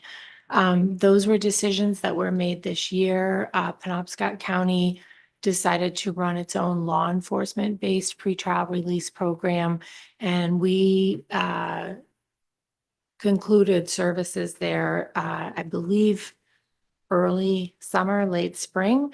And then Knox County concluded services on December 31st, technically, with us. So I can't speak to efficacy of the new programming because I have not seen data. I have had a number of conversations with stakeholders and other interested parties who share some concern that a pretrial release program is not necessarily a law enforcement function. I have served many years on the national level in pretrial services and our national membership organization. And I have had the privilege of helping refine the national standards for pretrial service provision over the last decade at least. I believe that pretrial services can be offered and delivered by any party, but I believe that it has to be embedded in a foundational framework that looks at the presumption of innocence and really values that as a hallmark, while balancing needs for defendants and needs for public safety. It can be done. When our contracts were terminated, we offered assistance in terms of any of the materials that we have access to, any of the learning that we have. We even opened weekly meetings so that people could drop in and talk about the new role that they had. And those were actually well received, I'm pleased to say. Again, without data and outcomes, I don't know. We're just now publishing our outcomes for 2025 for pretrial release. And we will be sharing those with Penobscot County leadership as well as Knox leadership, if nothing else, to just kind of give a point in time snapshot of what it looks like. But typically we enjoyed low new criminal conduct, meaning arrest rates very low, and very high appearance rates. Now, the meat of your question, because we're here today speaking about treatment recovery courts and the impact you asked about Maine pretrial being a participant in those programs. The meat for me is this. When we have someone that presents with risks that are too high or needs that are too high to be sufficiently managed in a pretrial release setting, we automatically refer to treatment court. Now, we've taught that, if you will, to the people that succeed us in practice in Penobscot and Knox. And we are hopeful that we will receive those types of referrals. We do have boots on the ground in courtrooms. We're still very active in those settings because we are still very present, thanks to a contract with the Office of Behavioral Health to do the treatment court work. But that would be the nexus for us, is when someone needs that help, can it be an automatic referral? We keep the data on that. We have a lot of referrals from our own agency directly to the problem-solving court. So thank you for the question. Thank you for your response. Did you have a follow-up? Just a quick one, Madam Chair. I don't question, because you have far more experience in this than I do, and I don't question your belief that anyone could provide that kind of service, but I can tell you that those services are most effective when there is trust. And it is far easier for a defendant to trust a non-law enforcement entity in helping them to succeed both in pretrial and in a treatment court than it is for them to feel that same measure of trust for those who incarcerated them in the first place. Can you tell the committee whether the termination of the contracts was at Maine pretrial's preference, or was it instead a cost-cutting measure in those two counties, or something entirely different? Thank you for the question. I believe that in one of the counties, it was a decision made to create a stronger accountability structure predicated in law enforcement. I believe in the second county that it was a decision made almost under some sort of fiscal emergency because of a charter situation regarding budget determinations and not having a quorum for a budget committee for the county. It was not our wish to terminate in those counties, and it is our sincere hope to continue services. And I will say this because I'm an advocate for what we do. We would very much like to provide services across the state of Maine. We believe that everyone is entitled to pretrial release. And if they are not eligible for release because they pose a substantial risk that can't be mitigated, then they should be seen speedy trial. Thank you. Thank you. Other questions, committee members? Yes, Representative Sato. Thank you, Madam Chair. This question might come from my lack of knowledge about the drug treatment courts, but my question is really around collaboration with existing recovery centers and trying to incorporate restorative justice practices in those centers into the drug treatment courts. What does that look like?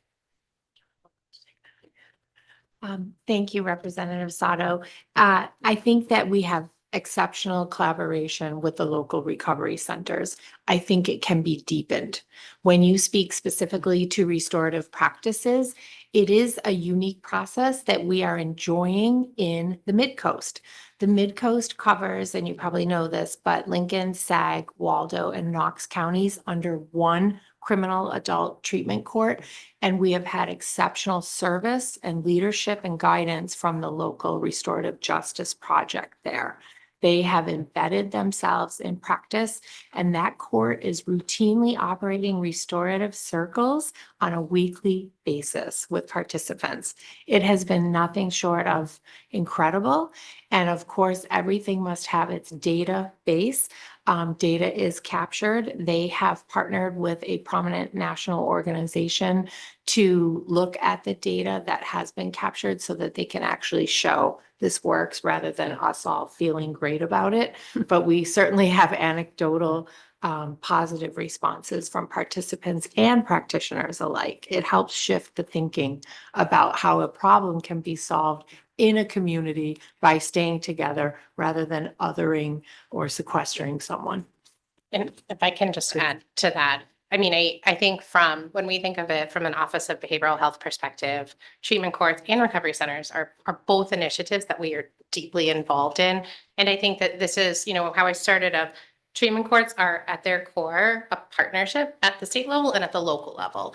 And so when we think about how the courts are able to operate optimally, we do want to do those kind of continuing reviews of, are there the appropriate connections at the local level? And how are we ensuring that the various partners that benefit from being around that table are indeed, at that table? And I think that's where, why we kind of started is like access is a critical component when we think of the number of courts, but also just how the courts operate and where there's opportunities for us to review and continue to refine that.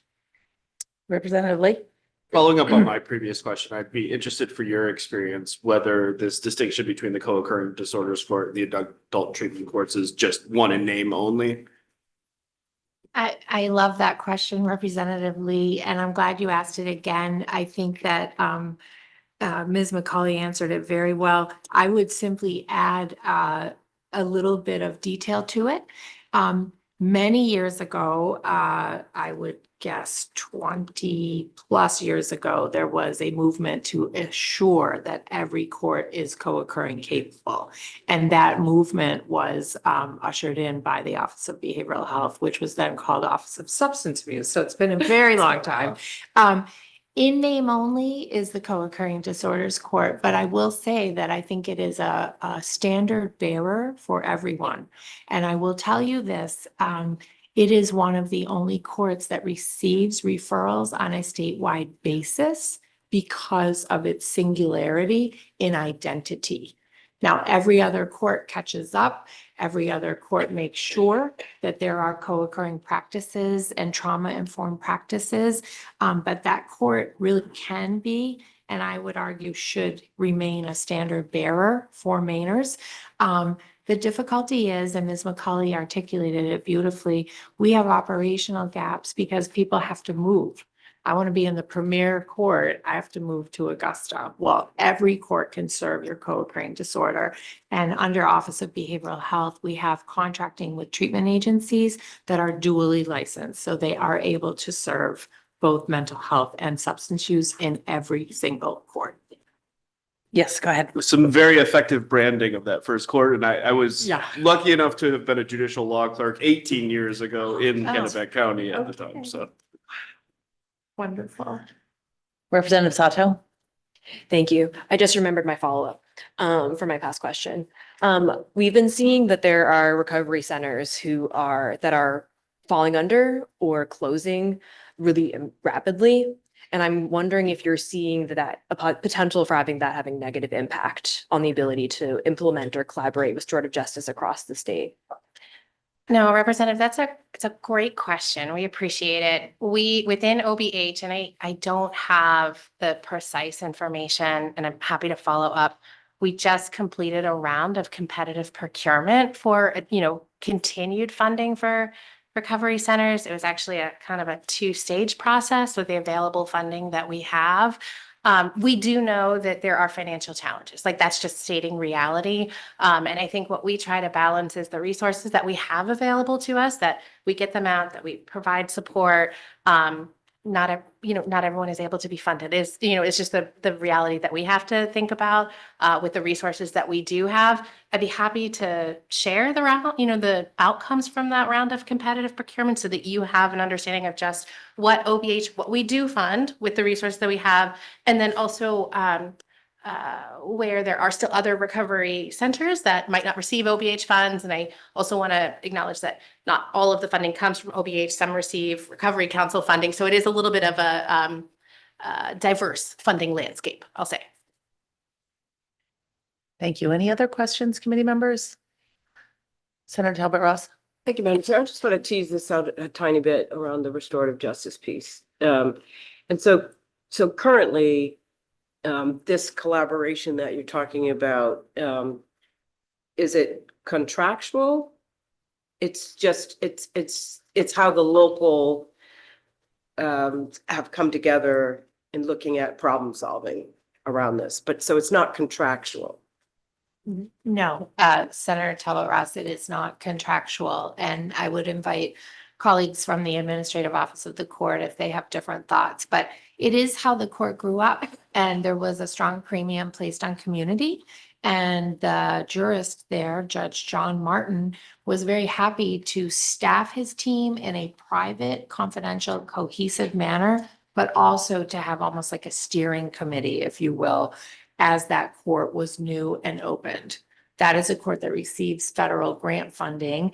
And so parties came forward and said, we want to be a part of this. How can we help? And the one outstanding piece turned out to be restorative practice. So the local community grassroots effort, they seek their own funding and I think are in queue for decision on a large federal grant.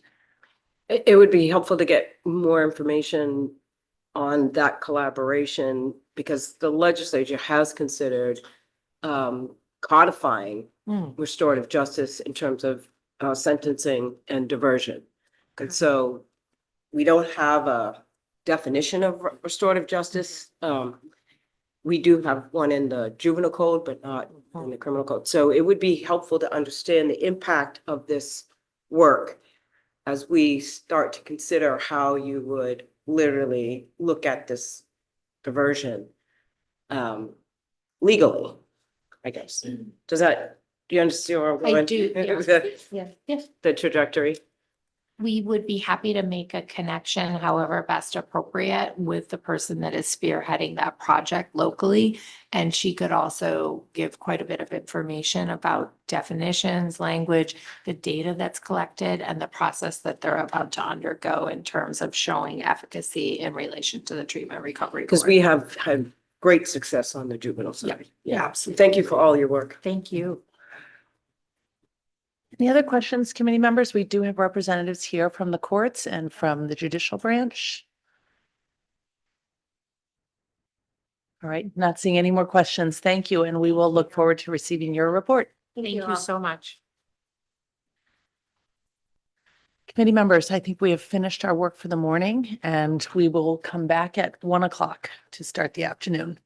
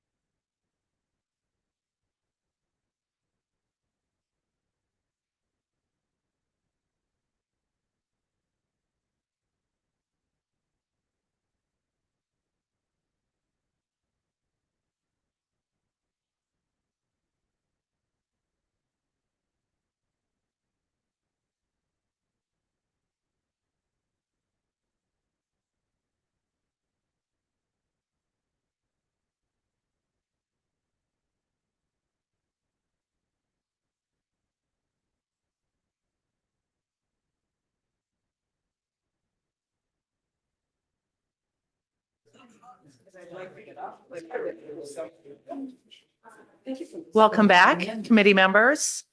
For our afternoon work sessions, we're going to start with 1572, which is an act regarding prosecution standards for non-fatal strangulation or suffocation in domestic violence cases.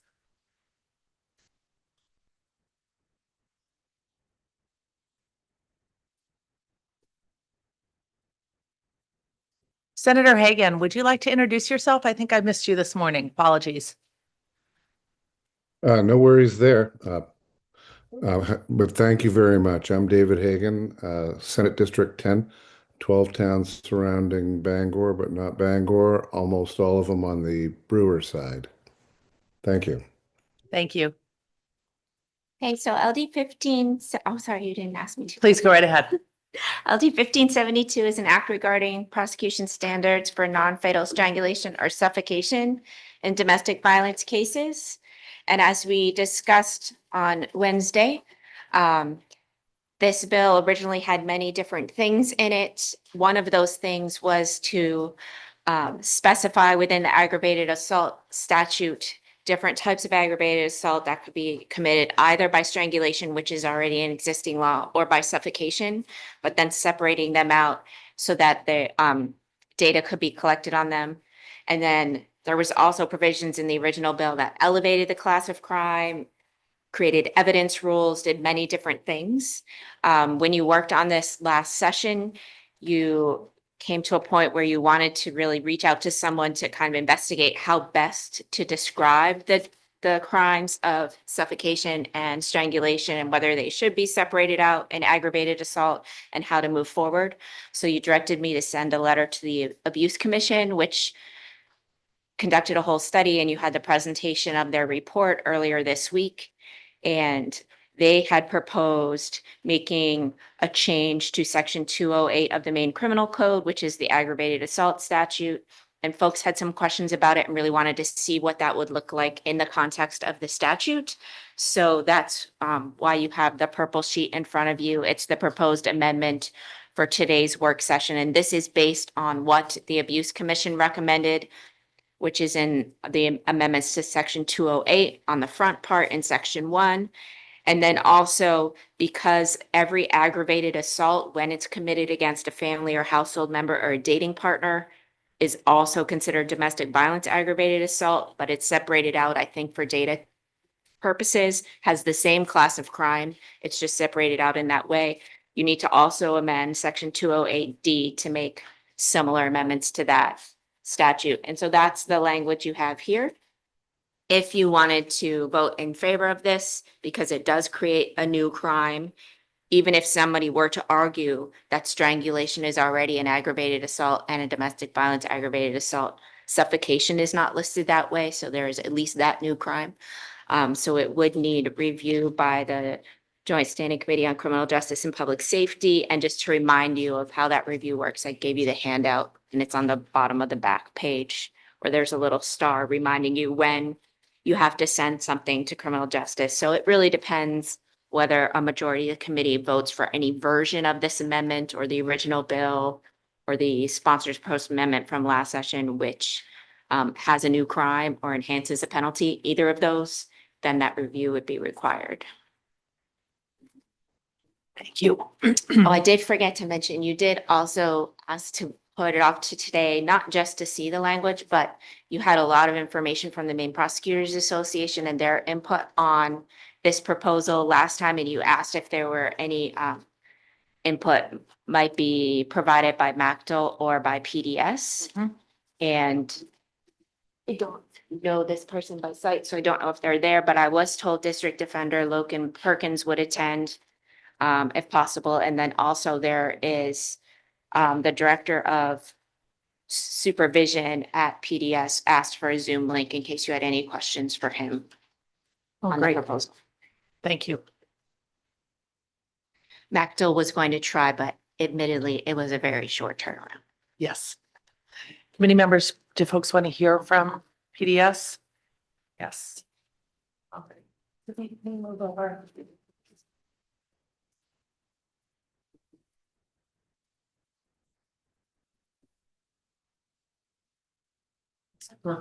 Yes.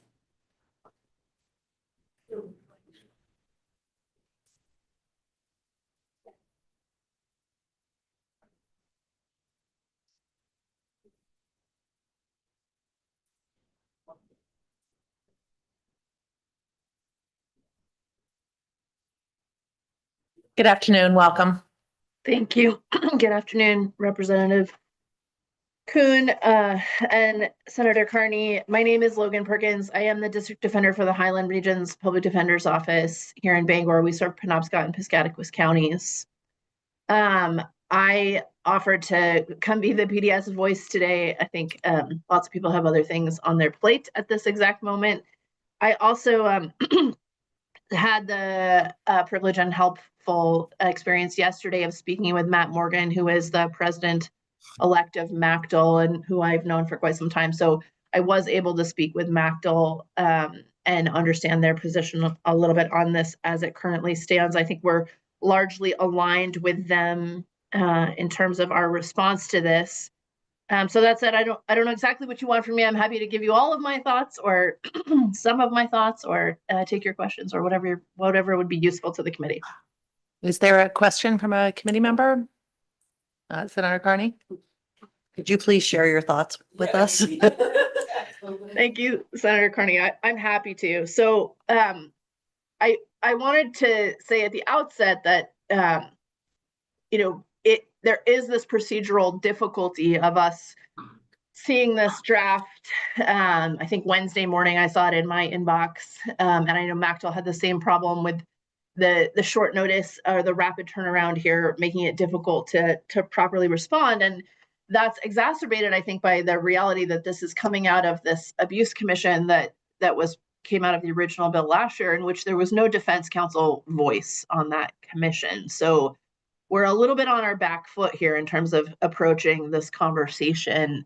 So I wanted to say that at the outset, both because I think some of what I have to say, could have been said in the process of getting to this point, but also because I might say something because I don't really know the whole history here, and I don't intend to offend anyone, but I am coming to it a little bit in the middle of the stream. So I would also just note that I think CLAC weighed in on the original bill last year, but I think probably can't also pivot in time to review this amendment and give you their position on this amendment on the timeframe that we're operating under for this bill and this amendment in this session. So it's kind of a bummer to not have CLAC ability to weigh in as well.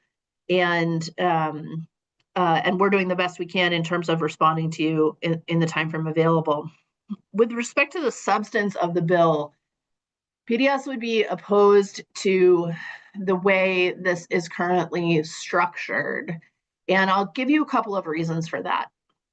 The primary reason is that when we create subsection 3 and 4 in section 208 of 17A, we are taking these particular types of proposed aggravated assaults out of the requirement for bodily injury. So you can see the way your amendment is written. A person could commit aggravated assault by strangulation without causing bodily injury, right? And the same goes for suffocation. And so fundamentally, assault in Maine, simple assault, right? A misdemeanor assault requires at least, quote unquote, offensive physical contact or bodily injury. And that's the misdemeanor version of assault in Maine. And this proposal is now seeking to create a Class B felony level assault without a requirement for bodily injury being proven by the state in that. So I think the reason that's problematic is because it essentially captures an incredibly broad range of conduct and makes it extremely criminalized, right? So this is the second highest level felony we have. It's punishable by up to 10 years. A classic starting negotiated offer in a case like this by a prosecutor would be something like 5 all but 2 and 3 years of probation. And so we're talking about 5 years of someone's life in response to allegations that are not even associated with someone being injured. Now, I understand the public policy reasons why strangulation and suffocation are particularly concerning types of assaults. And I can understand the proof difficulties that the state has encountered in proving strangulation and suffocation without experts. But the reality is, it's not hard to prove bodily injury, right? The definition of bodily injury in the criminal code is contained in section 2 of 17A.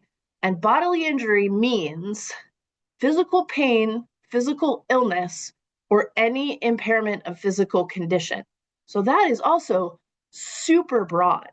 So when I'm serving as lawyer of the day, which I sometimes do, I tell clients that assault in Maine, and again, I'm referring to a simple assault, because it can be both reckless, and we're looking at a statute here that also involves recklessness, which is just a failure to appreciate a risk, right? That your actions will cause a certain result. An assault in Maine can be proven if you are walking down the sidewalk, looking at your cell phone and texting, and you bump into someone. You have committed an assault in Maine, right? It is that broad. Now, as a practical matter, do the DA's offices charge those things? No, or almost never, right? But it is an incredibly broad prosecutorial tool already when we require offensive physical contact or bodily injury. And when we take these two particular types of assaults out of the requirement for bodily injury or circumstances manifesting extreme indifference to the value of human life, which is where strangulation has been living, if we take it out of that, we've instead captured an array of conduct which is so broad as to be, I mean, sort of scary, right? And one example I thought of recently is that you can imagine a parent putting their hand over the mouth of a teenager who was swearing in public. And under this statute, that would be an aggravated assault of suffocation, right? Could be prosecuted under this version of aggravated assault of suffocation. So that's just one example, I think, of the breadth that really gets involved here under this proposal.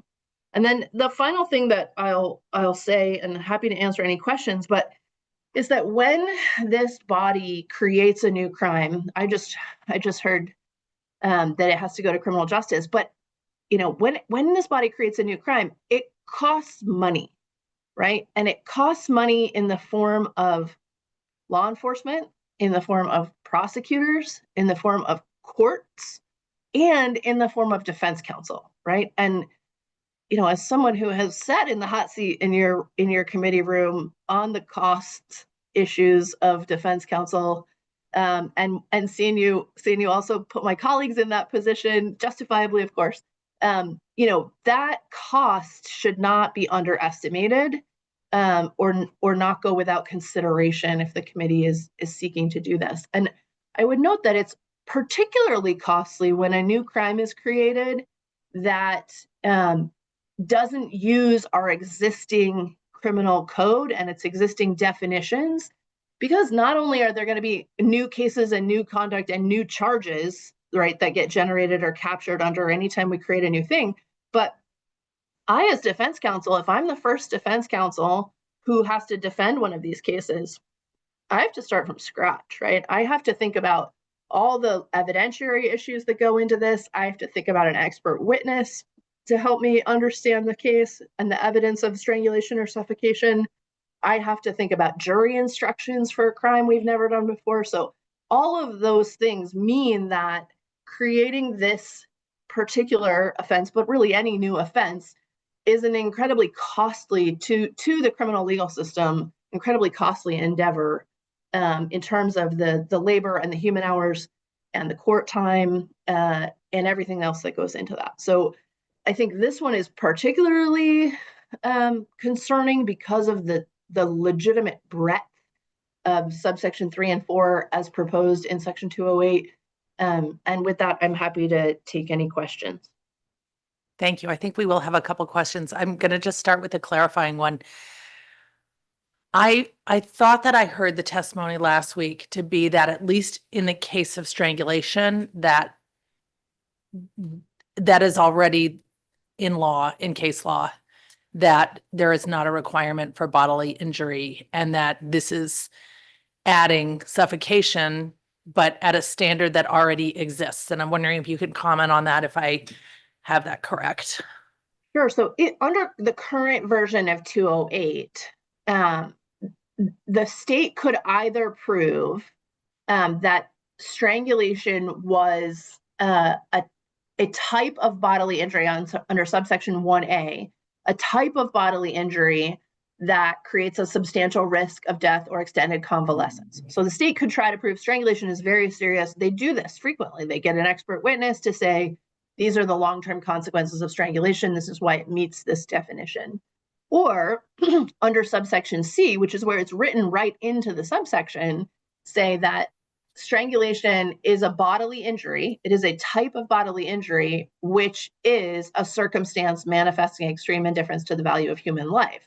And it says right there, strangulation is one of those circumstances, right? So it still requires bodily injury, right? If you look at 208 subsection C as written, it still says bodily injury to another under circumstances which include the use of strangulation, right? So it still has to be bodily injury with strangulation as the mechanism. But the new version that we're looking at does not require bodily injury. Any action which impedes the breathing or circulation of the blood or another person by recklessly applying pressure on the other person's throat or neck becomes a Class B felony, even if there's no injury under the current version.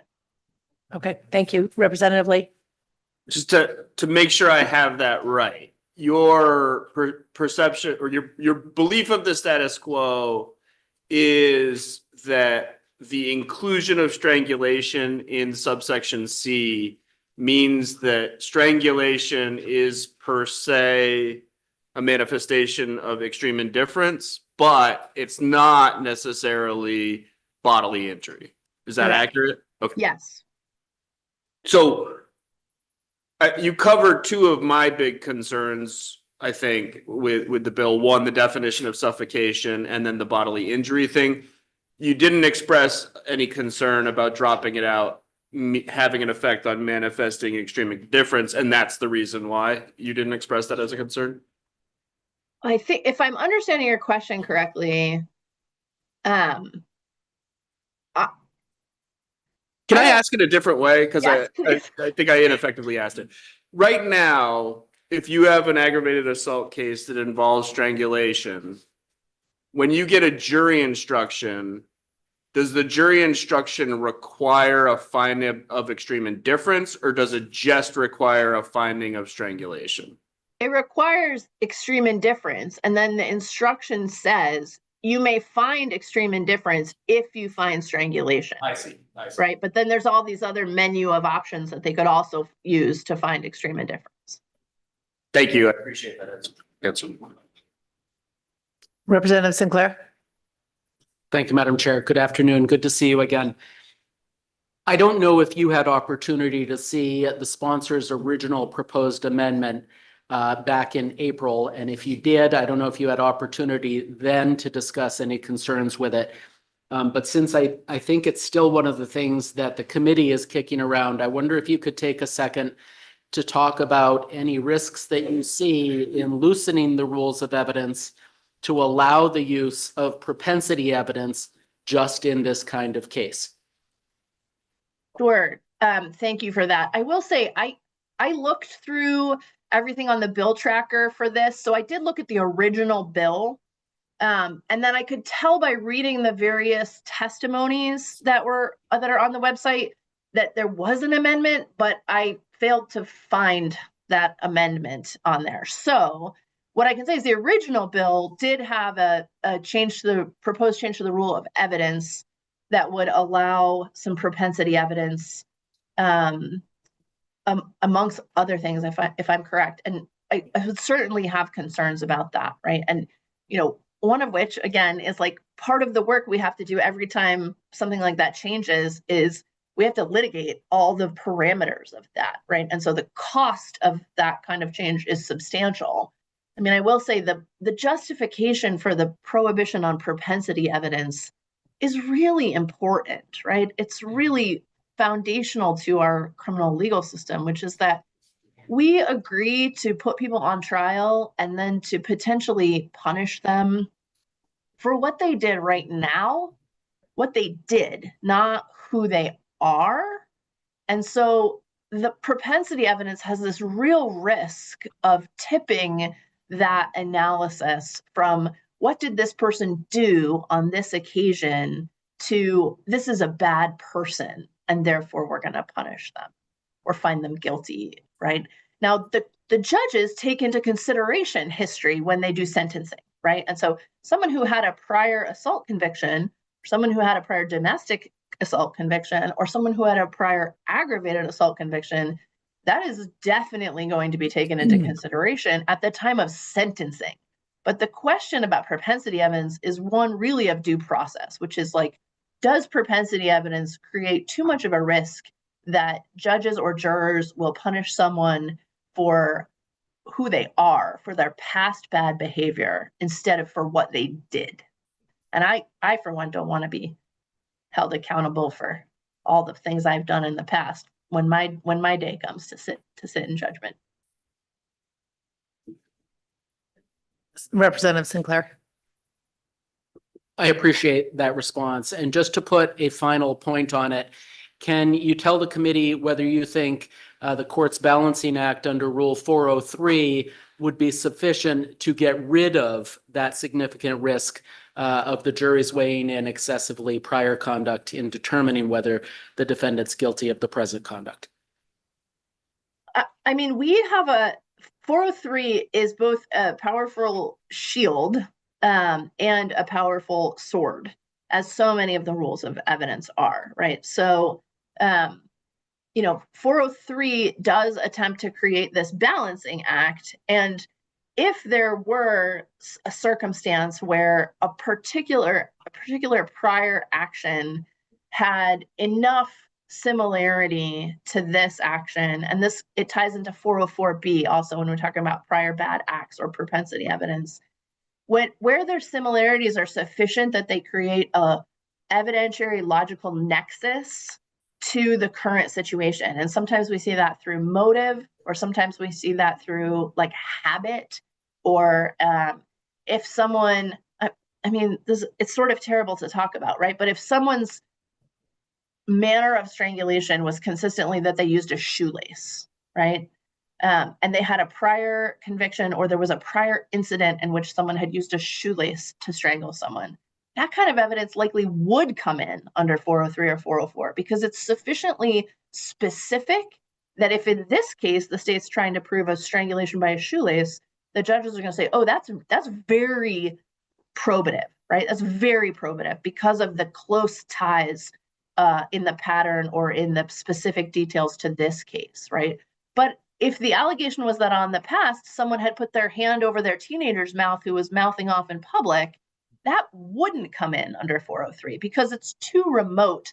It's not sufficiently similar to this conduct that its probative value goes way down, right? And then when we think about that prejudicial value associated with it, which is this idea of people being judged on what they might have done in the past instead of what they're on trial for today, pales in comparison to that probative value when they're sufficiently similar. So all of which is to say, I'm very nerdy. And yes, Representative Sinclair, 403 and 404 already address this exact question.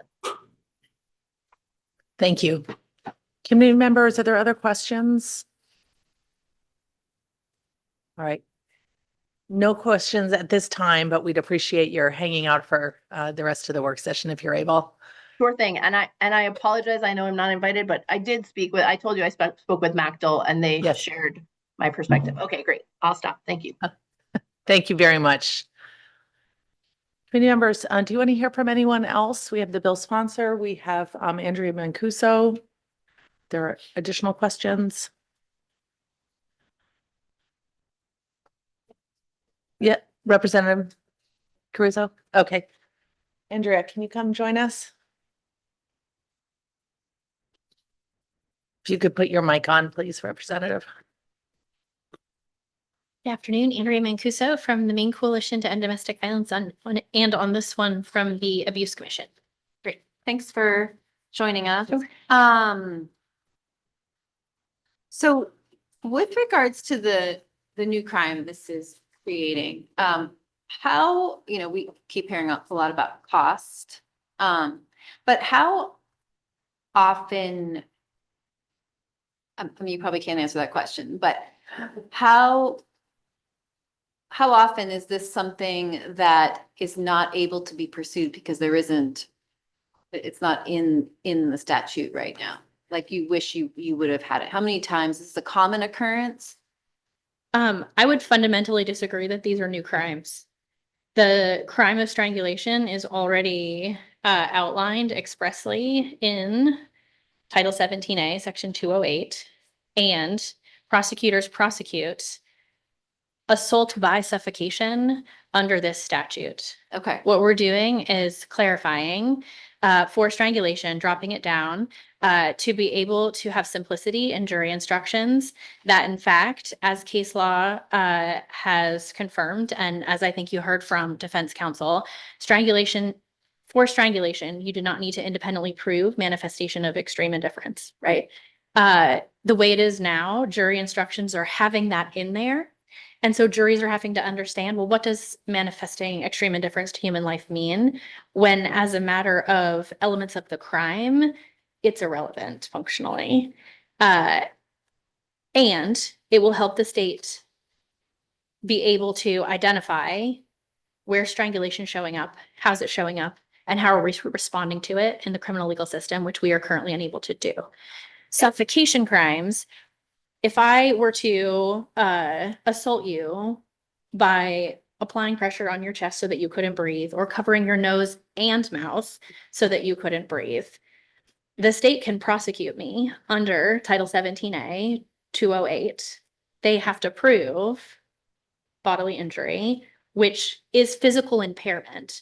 And I would submit to this committee that impeding breathing or impeding the circulation of blood qualifies as physical impairment. And so while the word bodily injury is not in either of the proposed subparagraph 3 or 4, impeding the breathing and impeding blood circulation are, and you can meet the definition of bodily injury under current law by showing, I'll read you the definition of bodily injury. Physical pain, physical illness, or any impairment of physical condition. If you are impeding the breathing, you are impairing someone's physical condition. If you are impeding their blood circulation, you are impeding you are impairing the physical condition, right? And prosecutors in these cases will call an expert witness, usually one of the list of people that the Abuse Commission consulted with for the purposes of our assignment from this committee.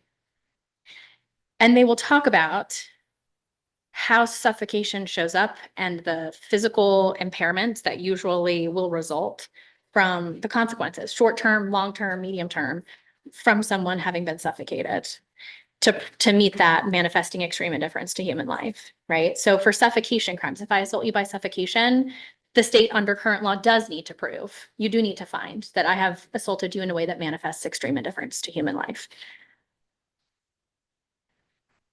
I think what the Abuse Commission is submitting to this committee is there is no appreciable reason, there's no clinical reason, there's no policy reason why we should treat suffocation any differently than strangulation, given the way that they both, by virtue of the conduct, represent a manifestation of extreme indifference to human life. So I disagree respectfully with my defense counsel colleagues that this represents new criminal conduct or conduct that is not already being litigated as felony charges in our criminal courts. What this will do is make it clear that the policy decision has been made, that strangulation, well, it already has been made on strangulation, but also with suffocation, that this is assaultive conduct that by its very nature manifests extreme indifference to human life. I think one of our medical experts said it best, that a sustained lack of oxygen is not sustainable to human life, right? I would also just, since I have the microphone, point out that I think you were given an inaccurate definition of reckless. Reckless means you've consciously disregarded a substantial and unjustifiable risk. And I'm sure your analyst can pull the actual quote of how recklessness is defined, but it's not just that you didn't realize what you were doing. You have to consciously disregard a risk. Thank you. I've tried to answer your question. Let me know. Well, that didn't. Sure. I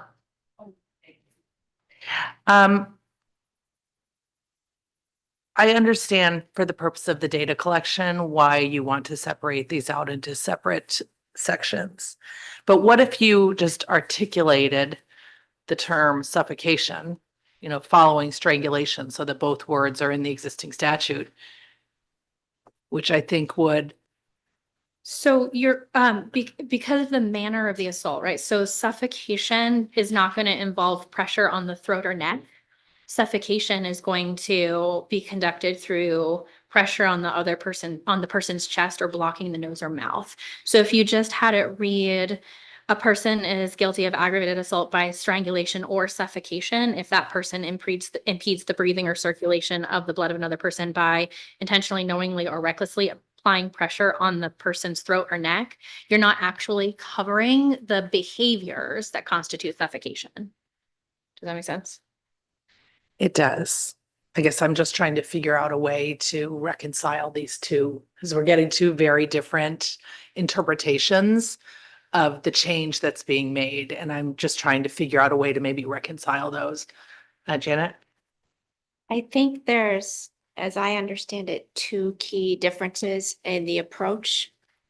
One, and perhaps the most fundamental, is whether suffocation and strangulation by their very nature are bodily injury. And if there's any concern about that, you could add bodily injury back in. I did speak, I knew the prosecutors weren't coming, so I spoke to a prosecutor this morning, and they said what Andrea said, which is that they think by its very nature, the definition would include that. But if you don't think that, you should add it back in. And then the other thing I think is that's different is we do have the case law, and the case law is based on a decision of the legislature and the way the legislature wrote the statute. It's not based on the law court's view of whether strangulation manifests extreme indifference. What the law court said was the legislature says that strangulation manifests extreme indifference to the value of a human life by the way they wrote the statute. So you're given the choice now to decide, do you continue to agree with that? In which case, the only difference with the proposed language for strangulation is the lack of bodily injury. And then your second question is, do you think suffocation is just inherently manifesting extreme indifference to the value of human life? In which case you don't feel that that needs to be proven if suffocation is proven. If so, then 4 is okay, but you still need to decide about bodily injury. So I think it's those two questions, one of which the legislature already answered, but you are not bound to agree with that determination. It's really up to you to decide, what do you think, what types of actions do you think justify not just being assault, which is bodily injury, but being elevated to an aggravated level. And yeah, I think that's it. Representative O'Halloran? Thank you. I was kind of hoping somebody from the prosecution association was going to be here, but I don't know if you can answer this, but is it truly even reasonable to assert that if somebody puts their hand over their child's mouth for swearing, that they would be charged? Well, they wouldn't, because our definition of strangulation includes that you have to cover the nose and the mouth. Because if you cover my mouth, I can still breathe through my nose. If you cover my nose, I can still breathe through my mouth. Right? So it's the covering of the nose and the mouth. And since you've asked me that question, I will just take the opportunity to say, what we're proposing is not out of step with how these issues are addressed nationally. We're actually in the minority of states that doesn't already name suffocation in the statutes. Thank you. And I have Representative Lee? Shira by text message, so if you have anything, she's listening. I think what we're seeing is great work by two very good advocates, which is making this difficult. And the question that I'm asking myself is, why is it unnecessarily burdensome in one of these cases to require the state to call an expert to prove suffocation? They have to call experts anyway, right? So, and that doesn't change that. In every strangulation case, in every suffocation case, they'll still need to call one of these 6 people, because they'll need to prove, right? Impeding the breathing and the circulation of blood, right? As a Right. witness, if my breathing is impeded, like maybe the state just puts me on as a witness to testify that I couldn't breathe. I don't know how I, as a layperson, convince a jury beyond a reasonable doubt that the circulation of my blood was impeded. And usually you're gonna have to have an expert witness for that. They call expert witnesses in these cases as a matter of best practice anyway. The tricky part for suffocation cases at this point is having to call the expert witness and demonstrate in each individual case that assault by suffocation is manifestation of extreme indifference to human life.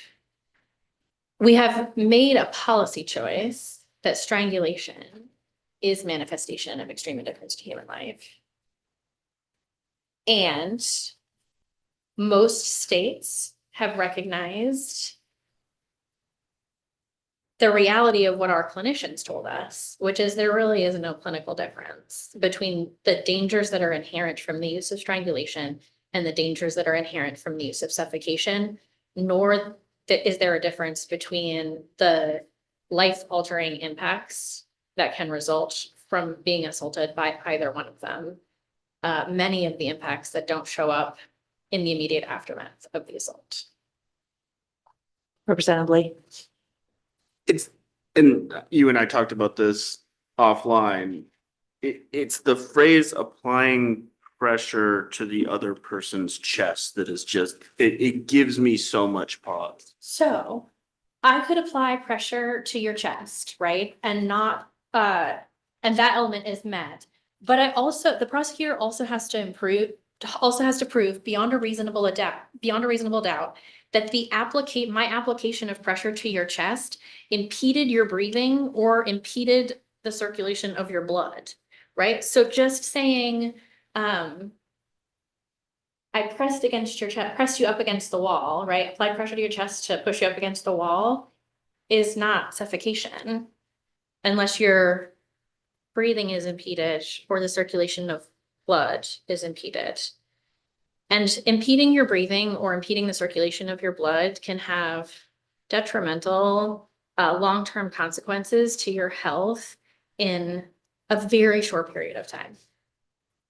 The list of potential risks from any impeding of breathing or blood circulation can be found across pages 6 and 7 of the report that the Abuse Commission gave you.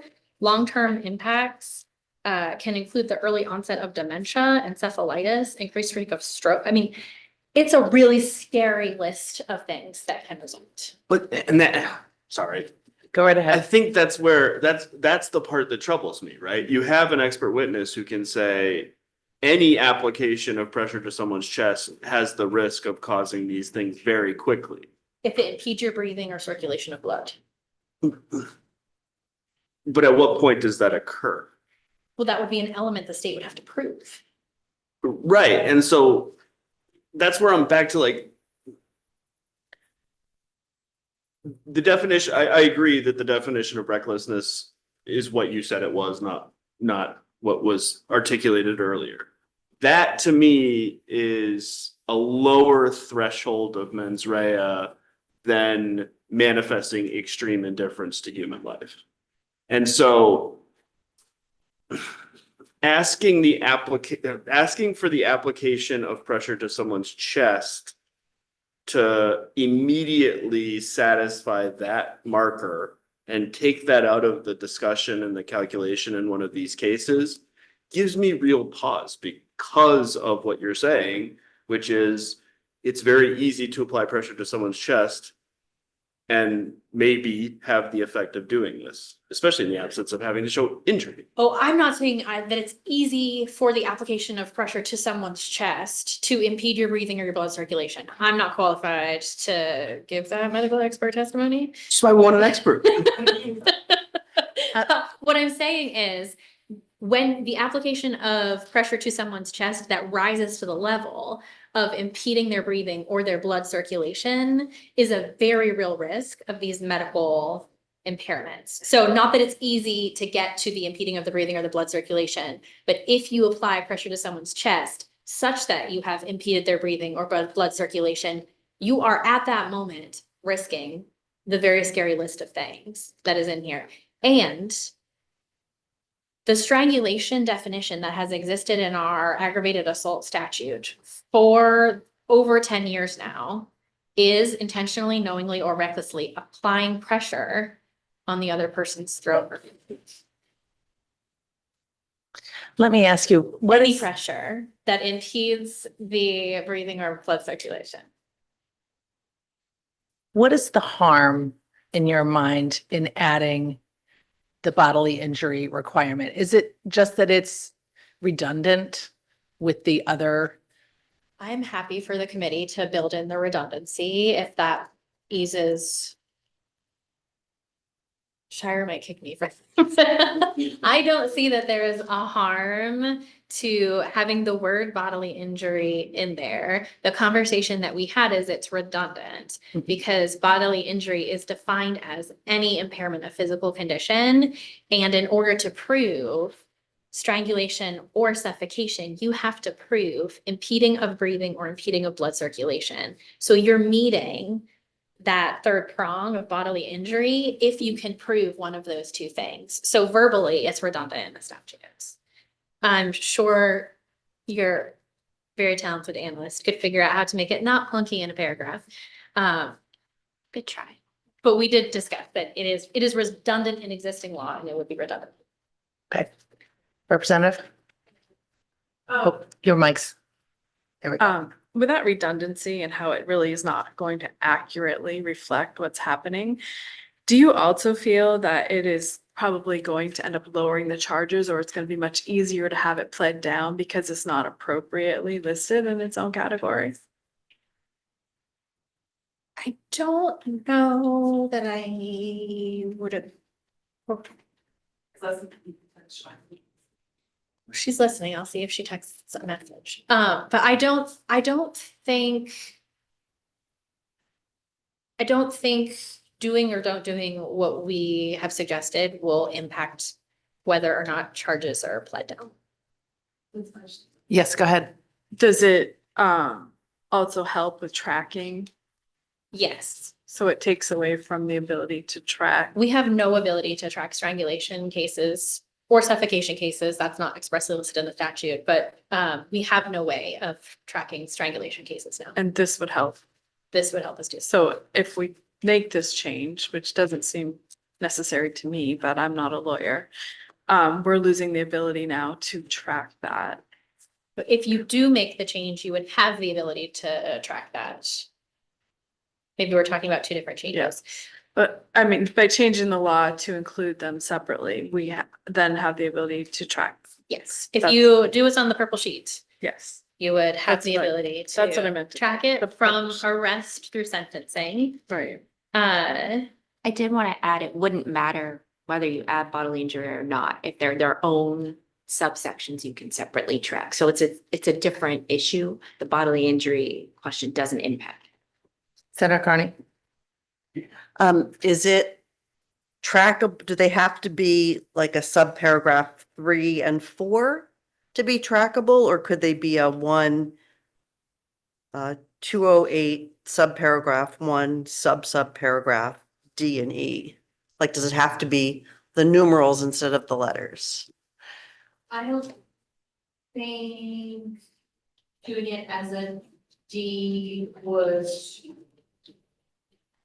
I think it would be, to do it as a D. So if you wanted to try and construct the statute to keep bodily injury sort of, a word in that paragraph and such, so keep it in paragraph 1 and make it letter instead of a sub-paragraph. Right, so that we're changing it. I mean, it seems like right now, many of us are not comfortable with the change, and if we made it much more consistent with what's already in the statute, might make some of us more comfortable.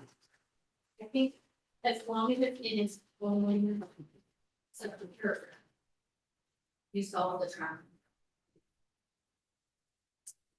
So it could be a letter instead of a number. I don't think that makes a difference because you could sequence out to the paragraph. And the sequencing is good. Thank you. Representative O'Halloran. I was just curious about the bill sponsor's thoughts on this, if she has any thoughts on this. Okay. Representative Stover. Just offer Shire so she can zoom from her car, but she doesn't disagree with it. Yeah. Thank you, Representative O'Halloran. Did you have a specific question or just general? No, I just kind of noticed some of your reactions over there when this is being discussed, so I was just curious on your thoughts on making that change to your bill. I think making the changes that we've recommended, I mean, we started a year and a half ago on this. And I think that we've come to a place where we synthesize this down to what we think is workable. Both from, I understand creating a new law is very difficult and challenging and expensive, but I also know there are victims whose lives are impacted in permanent ways. Even if they're not murdered, their lives are altered, whether they have a noxious brain injury that they will live with that will limit their potential for the rest of their lives. Or if they have repeated brain injury, which oftentimes it isn't a single assault. It is repetitive as long as that partner or ex-partner is part of your life. These are both lethal forms of assault, and victims do survive, but it's not without a consequence. So my reaction over there is that's where I come from in a big way, which is I understand all the nuances and the difficulties in changing law. But it was my hope, working both with my chief and with the commission. We have talked about, and when I was on the commission, I chaired the commission and served on that commission. I served on the homicide review panel, which will be releasing its report on Monday, their biennial report. And I think you're going to see mentions of strangulation in there because every 2 years, there's a whole section on strangulation because it is a prevalent crime.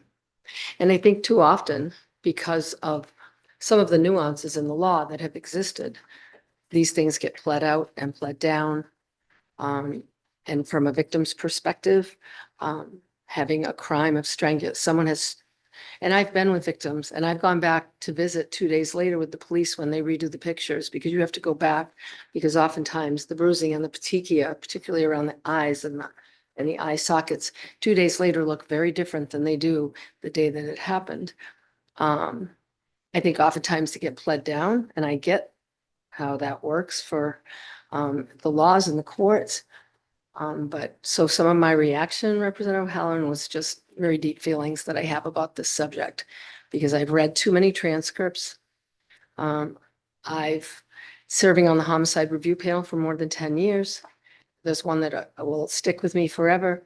When the defendant said in his interview with the state police that he was shocked that the victim had died because he had used that hundreds of times before just to shut her up. And he was shocked that this time she didn't wake up. And from his perspective, I totally get that he believed that. But from my perspective, the 100 of other times that he did this to her, she was permanently damaged. And that's the place I come from. I'm hoping that we can bring forward stronger laws, that those stronger laws will lead to better convictions. And for people who commit these crimes, they'll understand how serious this crime is. I think sometimes, and the media doesn't help when they call it choking. By the way, you choke on a peanut butter sandwich. You don't choke when someone cuts off your airway. You're strangled. And I just think it's such a serious matter. And I just want to say again, I greatly appreciate how much time and trouble you've really spent working on this. But I think it is worthy of that work because it is so serious. I appreciate you for doing this on a Friday afternoon. I do. Committee members, maybe I can make a suggestion and see how that works. It seems like a number of committee members have expressed agreement that the two types of conduct could be broken out separately in order to permit the tracking and clarifying jury instructions. But a number of members I'm hearing are uncomfortable with the removal of the bodily injury requirement. And I wonder if Janet and the bill sponsor and the advocates could work together to bring something back to the committee that might satisfy those concerns. I wonder if any If committee it's members. just adding back the bodily injury requirement, just mindful that this is one of the bills due today. Mm, If you're comfortable, I think the way Senator Carney suggested was the best way is to move them back up to D and E. mhm. And it would say a person is guilty of aggravated assault if that person intentionally, knowingly, or recklessly causes. D would be bodily injury by strangulation, and then it would define strangulation. And E would be bodily injury by suffocation, and it defines suffocation. Now, the revisor's office may have me like fix those words a little bit, but that is what it would look like. And then when you look in domestic violence, aggravated assault, instead of cross-referencing new subsection 3 and 4, you would cross-reference 1D and 1E. I would say though, looking at this now, I think the title is wrong, so it'd probably be something more like an act regarding strangulation and suffocation offenses. It's not really about prosecution standards anymore because the original bill was very different. Mhm. Representative Henderson?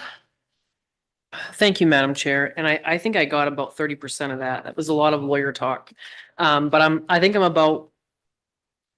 up to speed. It was my understanding, or I think what I've gathered here is that there's an intent to still keep the bodily injury piece, but I want to ensure that that encompasses the manifesting extreme indifference. And I don't know if by creating paragraph D and paragraph E, if we could do that, but rather if we did C1 and C2, or had C and then like a subparagraph under C1 that defined what strangulation was, and then C2 that defined what suffocation was, but still kept the standard of manifesting extreme indifference to the value of human life. Janet? I just want to be clear, I'm not talking about suffocation right now, just strangulation. Right now, to prosecute strangulation under paragraph 1C, you do not need to prove manifesting extreme indifference because the legislature has said strangulation is manifesting extreme indifference. So it'll be in the jury instructions. The jury will be told you need to find manifesting extreme indifference, but if you find strangulation, you found it. So if you wanted to stay with current law, but still be able to count it, I would still make it a D. For strangulation. For suffocation, if you want that to be added to the statute, you could either add it with manifesting extreme indifference, that has to separately be proven, or you could say by not putting manifesting extreme indifference, you could be treating it like strangulation and just be deciding as you are whether you're considering it to be manifesting extreme indifference or not is really neither here nor there. It's whether you think it's serious enough to be aggravated assault on its own. Just like bodily injury with a dangerous weapon under paragraph B, the legislature has said, we don't need a separate proof of manifesting indifference. We don't need a separate proof of substantial risk or death. We are saying that in and of itself is enough to be aggravated. You need to decide, is suffocation, if you want to add it, is suffocation like strangulation enough on its own? Because you've already said strangulation is enough on its own. Representative Lee?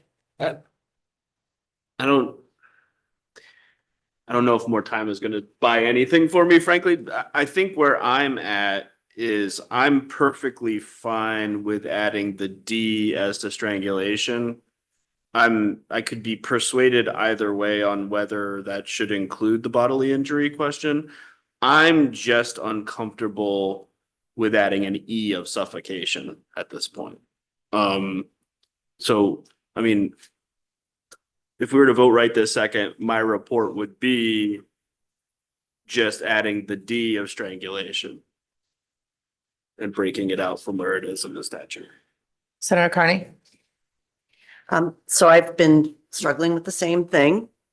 And when I read, so if we were going to have the paragraph E, this is how it would read. And I think if you read it, like taking it from the top, to me, I would be comfortable with it. So this would be what the suffocation action would be. So it would say, a person is guilty of aggravated assault if that person intentionally, knowingly, or recklessly causes bodily injury by suffocation, if that person impedes the breathing or circulation of the blood of another person by intentionally, knowingly, or recklessly applying pressure to the other person's chest or blocking the other person's nose and mouth. Violation of this subsection is a Class B crime. And I feel like all of those elements that are required, that would be required to establish a violation of, if we called it paragraph E, would sufficiently hit that threshold of extreme indifference, because again, you're impeding the breathing, you're doing it intentionally, knowingly, or recklessly, and you're applying pressure by blocking to the person's chest or blocking their nose and mouth. I just feel like I can't envision a circumstance where that's happening, where it wouldn't be an extreme indifference. Senator Talbot Ross? Thank you, Madam Chair. I see Andrew Mancuso really wants to respond Okay. to the suggestion by the senator, and I'd love to hear her response to that suggestion so I can keep all of this straight. Okay. Just in one line, just. All right, Andrea, can you come back up? Thank you. Sure. How about back, not just chest, but adding pressure to the back as well? Because we did hear testimony if they're sitting on your back. I mean, should it? That would be the same as applying pressure to the chest, I think.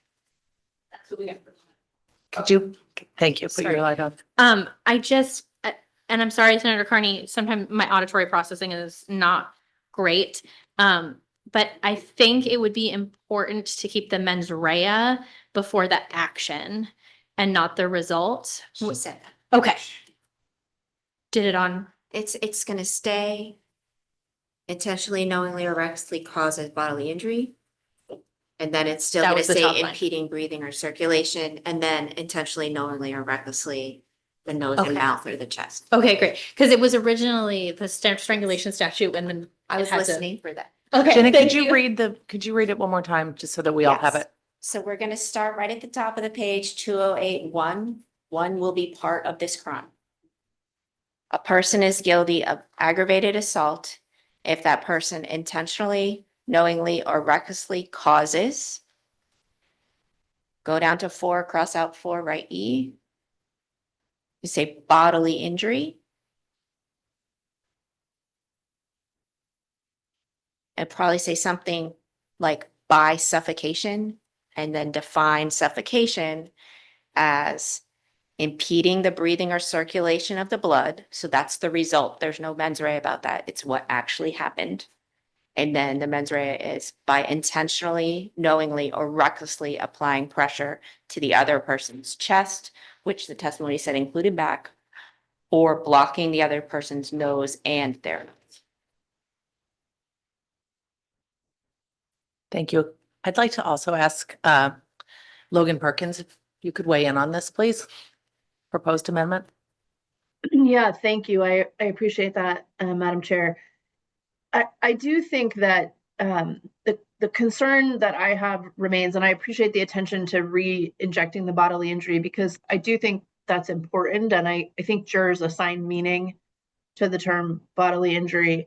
But I also think that if we inject bodily injury, but we don't retain the location of strangulation, or if we're going to add suffocation, locate suffocation within the circumstances manifesting extreme indifference, again, we're capturing an extremely broad range of conduct, because there's no requirement of degrees. There's no separation of degree in either the strangulation or the suffocation version that you all were just talking about. In other words, any amount of impeding generates this aggravated assault crime.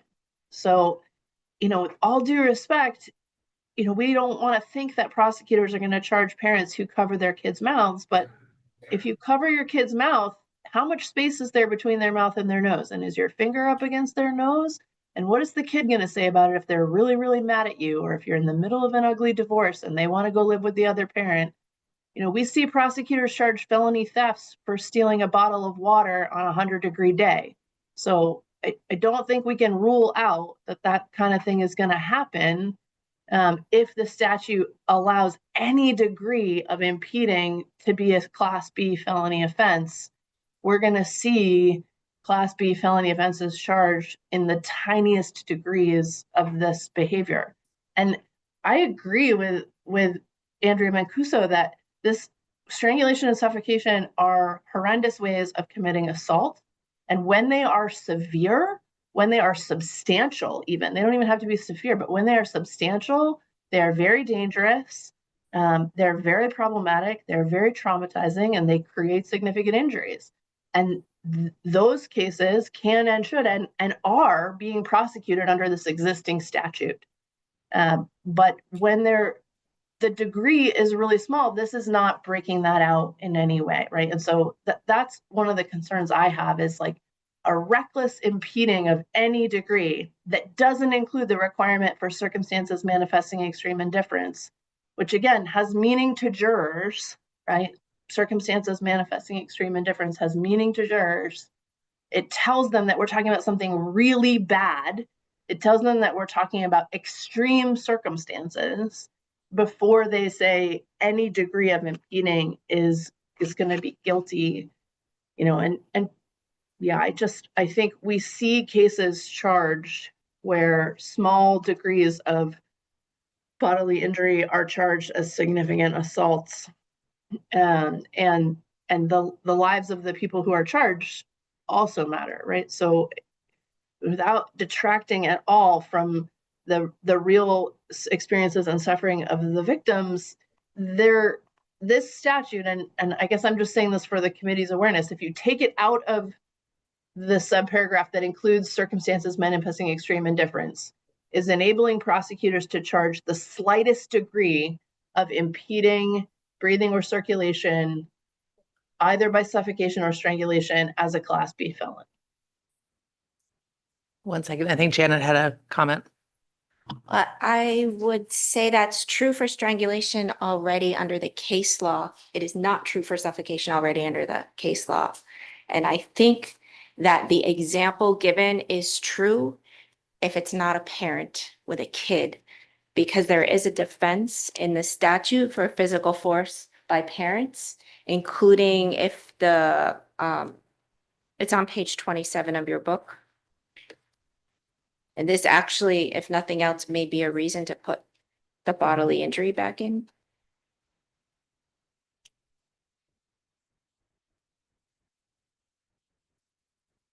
So it says if you're a parent or similar person, you're allowed to use, or justified, sorry, not allowed, you're justified in using a reasonable degree of force against the child when and to the extent that the person reasonably believes it's necessary to prevent or punish the child's misconduct.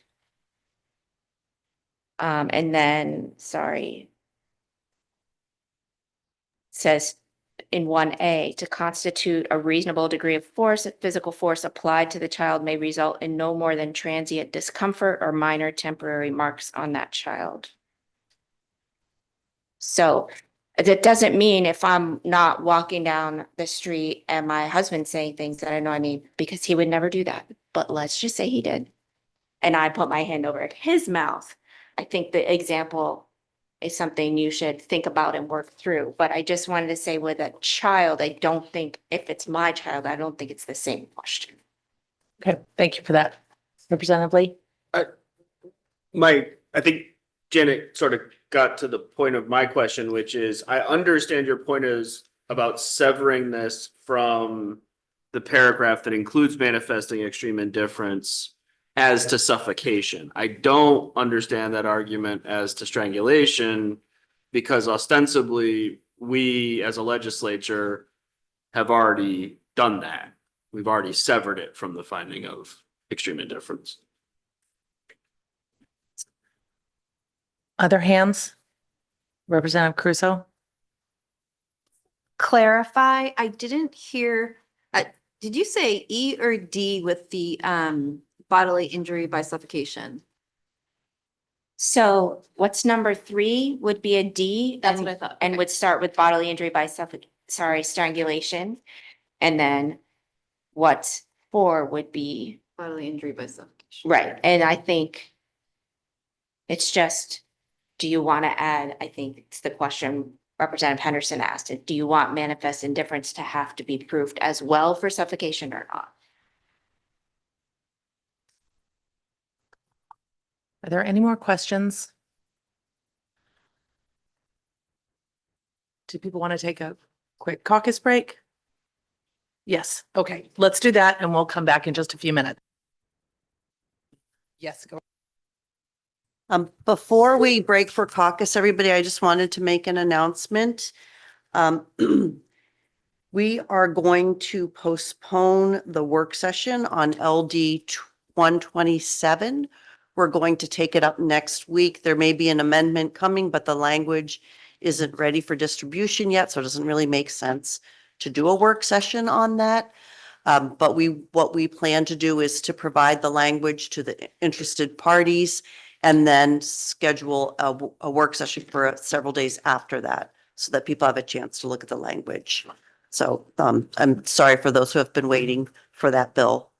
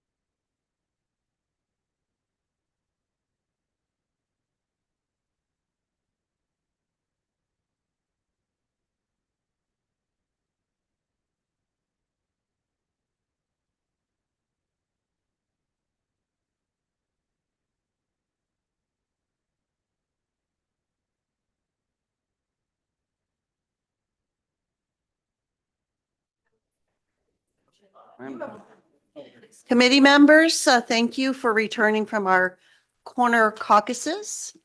At this time, we are still in our work session on LD 1572. I'm going to recognize Representative Kuhn. Thank you. A number of, well, I myself am having a hard time finding a path forward on this. Recognizing that it's a very important policy area, but it's complex and there's a lot of different things to consider. And I know I would like to table and give the interested parties a little bit of time to work together and see if they can bring back something that the committee can work with. So I'll move to table. Is there a second? Seconded by Senator Talbot Ross. Tabling motions are non-debatable. And so let's vote with a show of hands, and if we're not unanimous, we'll record it as a roll call. All those in favor of tabling? It is unanimous of those present, and this is a procedural motion. And so LD 1572 is tabled. I recognize that it's tabled. I'm not untabling it, but is there something you wish me to do between now and whenever it's rescheduled? That could be helpful or no? We need to communicate with some of the people and ask them to chat with each other. Okay. But if there is, we will definitely tell you. Please Thank do, you. anyone. Thank you. Okay, we're going to move on to our last work session of the day. This is LD 1444, but we're going to take just a minute for Janet and Eli to switch around.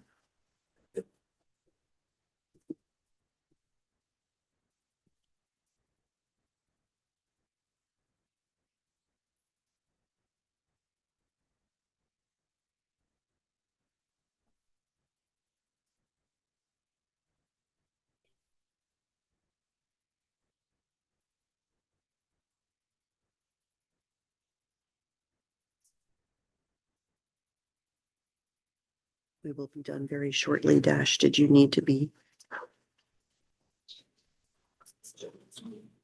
Connect today? Question mark.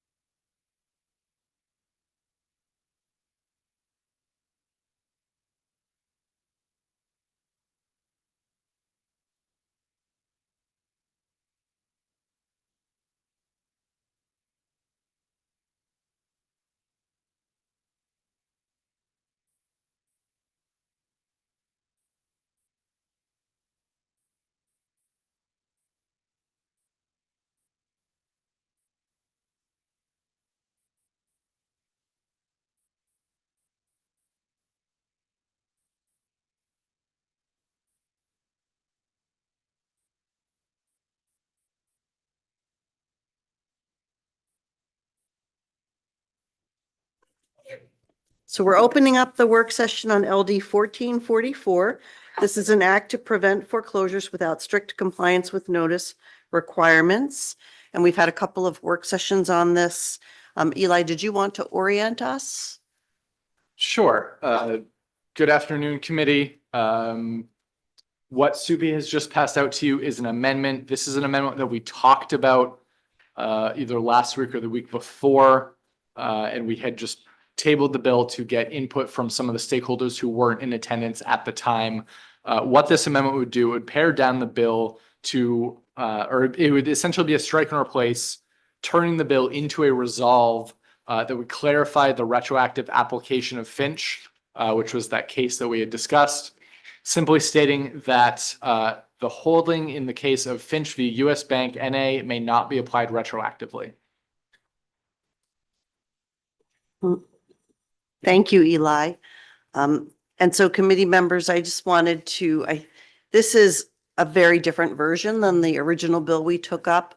What this would accomplish would be for those foreclosure actions that were resolved by a judgment sometime between the Pouchard case and the Finch case, that those would be considered settled and they couldn't be reopened.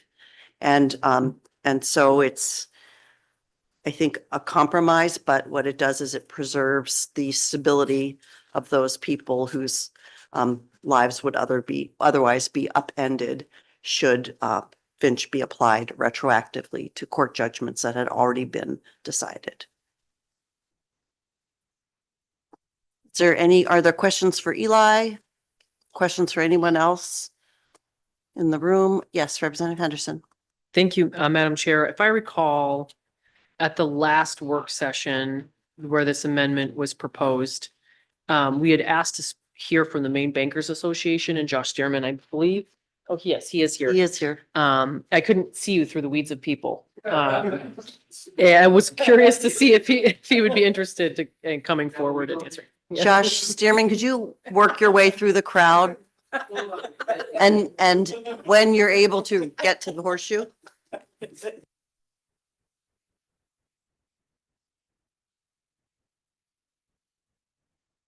Josh Stearman with Maine Bankers Association. Thank you for the invitation. Representative Henderson, did you want to go ahead with your question? Yes, thank you, Madam Chair, and good afternoon. At the last work session, you had indicated, I don't even recall whether you thought it was something you could support or not support. Having looked at this and gone back to your members, where does the Maine Bankers Association stand now? Thank you for the question. So I consulted with our members, banks across the state, and that includes a handful of foreclosure attorneys that are really expert in this matter of the law. The feedback is that we do not support the amendment or the resolve, and there's a handful of reasons for that. Primarily, we think that the resolve as proposed would add a lot of unpredictability and have uncertain and potentially negative consequences to any legal filings from that 7-year period between Pritchard and Finch. So we're concerned about the unpredictability. Also, just as a broader principle, we think there should be a very high bar for when there's legislative interference in the judicial process. And this issue of applicability and timelines, it really seems like a technical matter. And our consensus was that that's something best left to courts and judges. So we thought out of deference to the legislature should leave this matter in the judicial branch. Thank you. Did you have any additional questions, Representative Henderson? No, Madam Chair. Thank you. Okay. Thank you, Josh. Other questions, committee members, Representative Lee? Thanks for being here and waiting until the afternoon. I'm curious, and to the extent that you can share this, if you can't share this, totally understood, but in your discussions with your membership, were there banks, apart from this Delaware bank that's pursuing the case that we know is in the First Circuit, that are actually attempting to retroactively apply Finch? I am not aware of any that are trying to do that, but I can't speak definitively for every bank in Maine. I'm not aware of any specific cases that would be impacted by what we're doing here, but they might be out there. But I think it's a troubling direction for us to go to say that we're going to try and interfere with the judicial process in this manner. It was the consensus. Any other questions, committee members? Thank you very much. Thank you. I believe we have a representative from the Maine Credit Union League here. Please step forward.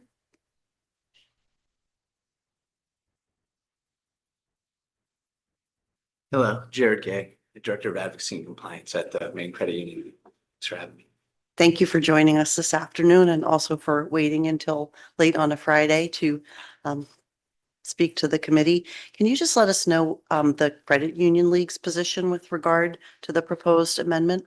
Yes, thank you. I'll just reiterate what Dan Cummings said when we were here last, that we're neither for nor against this amendment, but we are supportive of moving this direction with the amendment. So yeah, we're neutral on the amendment, if that makes sense. It seems like there might be some follow-up questions on that.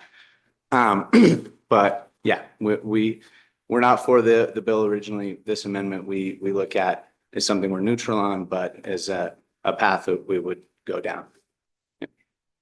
That makes sense. Thank you. Committee members, any questions for representative of the Maine Credit Union League? Not seeing any. Thank you. Thanks.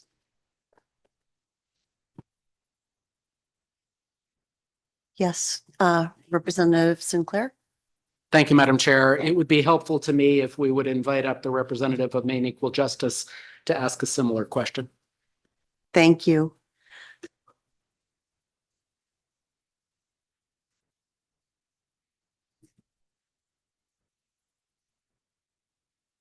Welcome.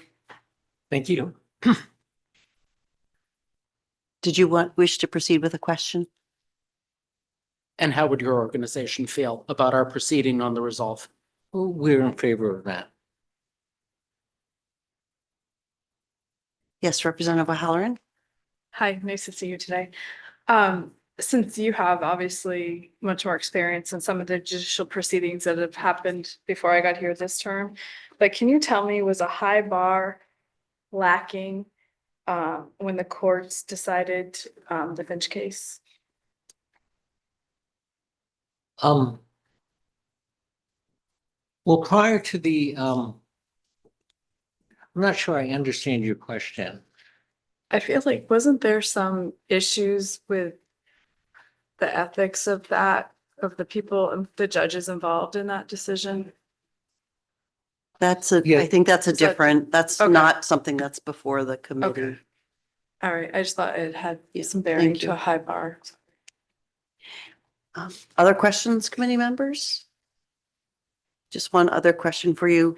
Can you please just give us a little bit of information about the benefit and clarity that this legislation would give to people who had been involved in foreclosure actions between Bouchard and Finch? So, yes, I'd be happy to do that. So, the Bouchard decision was decided in 2017, and it basically extended a previous case of Johnson versus Sampson Construction, which was a law court decision in the 1990s, and which had already made clear that a decision in a foreclosure case meant that the decision on the merits in a foreclosure case meant that you could not bring a new foreclosure case. The Bouchard decision made clear that that applied in cases in which the foreclosing party had failed to comply with the notice required by Section 6111. So there are the number of cases that are impacted by Bouchard was relatively minor. Was few, certainly not more than a couple dozen. But since then, the people who, the homeowners who were successful in the foreclosure cases have relied upon those decisions in making decisions. And so what the resolve does is doesn't penalize those homeowners for their reliance on what Maine law was after the Bouchard decision, before the Finch decision was entered. Thank you. Are there any additional questions, committee members? Seeing none, thank you. And thanks to you also for spending the afternoon with us. Oh, it was a fascinating conversation.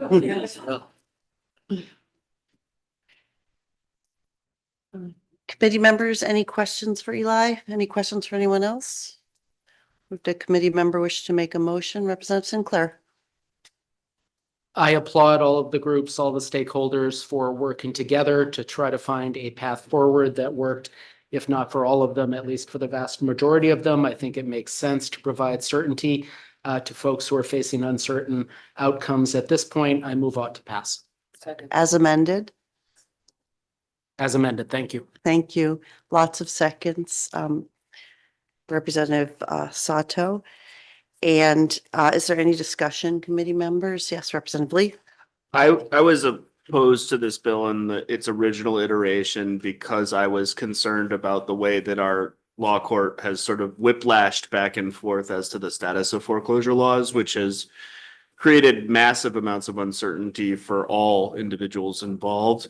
I hear the arguments respectfully from the bankers.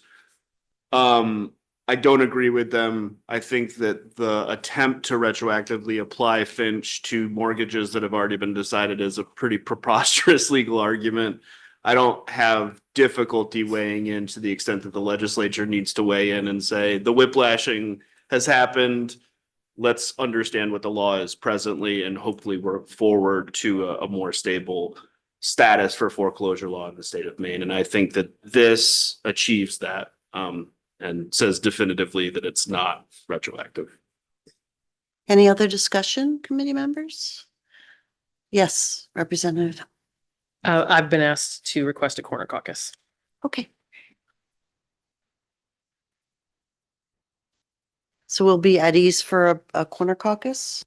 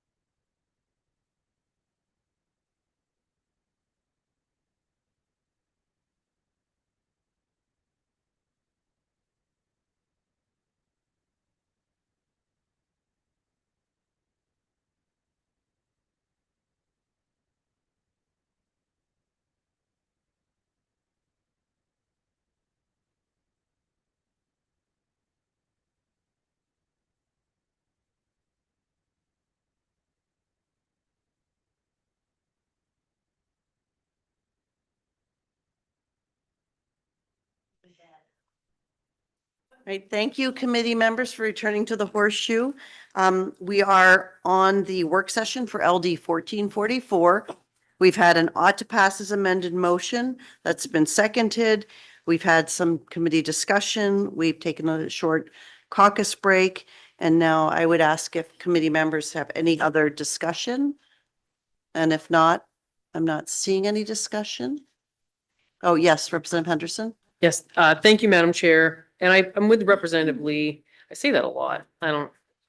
But I'm with Representative Lee on that. The original bill, it wasn't something that I could support. And while I think that the resolve in and of itself, I don't know how much I support resolves in general. It just seems like we're stating some legislative intent. I actually agree with the statement of the resolve that regardless of what we felt about the law at the time, which I think are differing opinions around this horseshoe, it was the law at the time. And it, the whiplash back and forth, this is going to create some stability, and whether or not somebody got a quote unquote free house at the cost of the bank when this was in effect, the idea that banks could potentially now go after that individual for the sum of tens of thousands or hundreds of thousands of dollars creates, I think, a real unpredictability in people's lives. So I'm happy to support the bill today.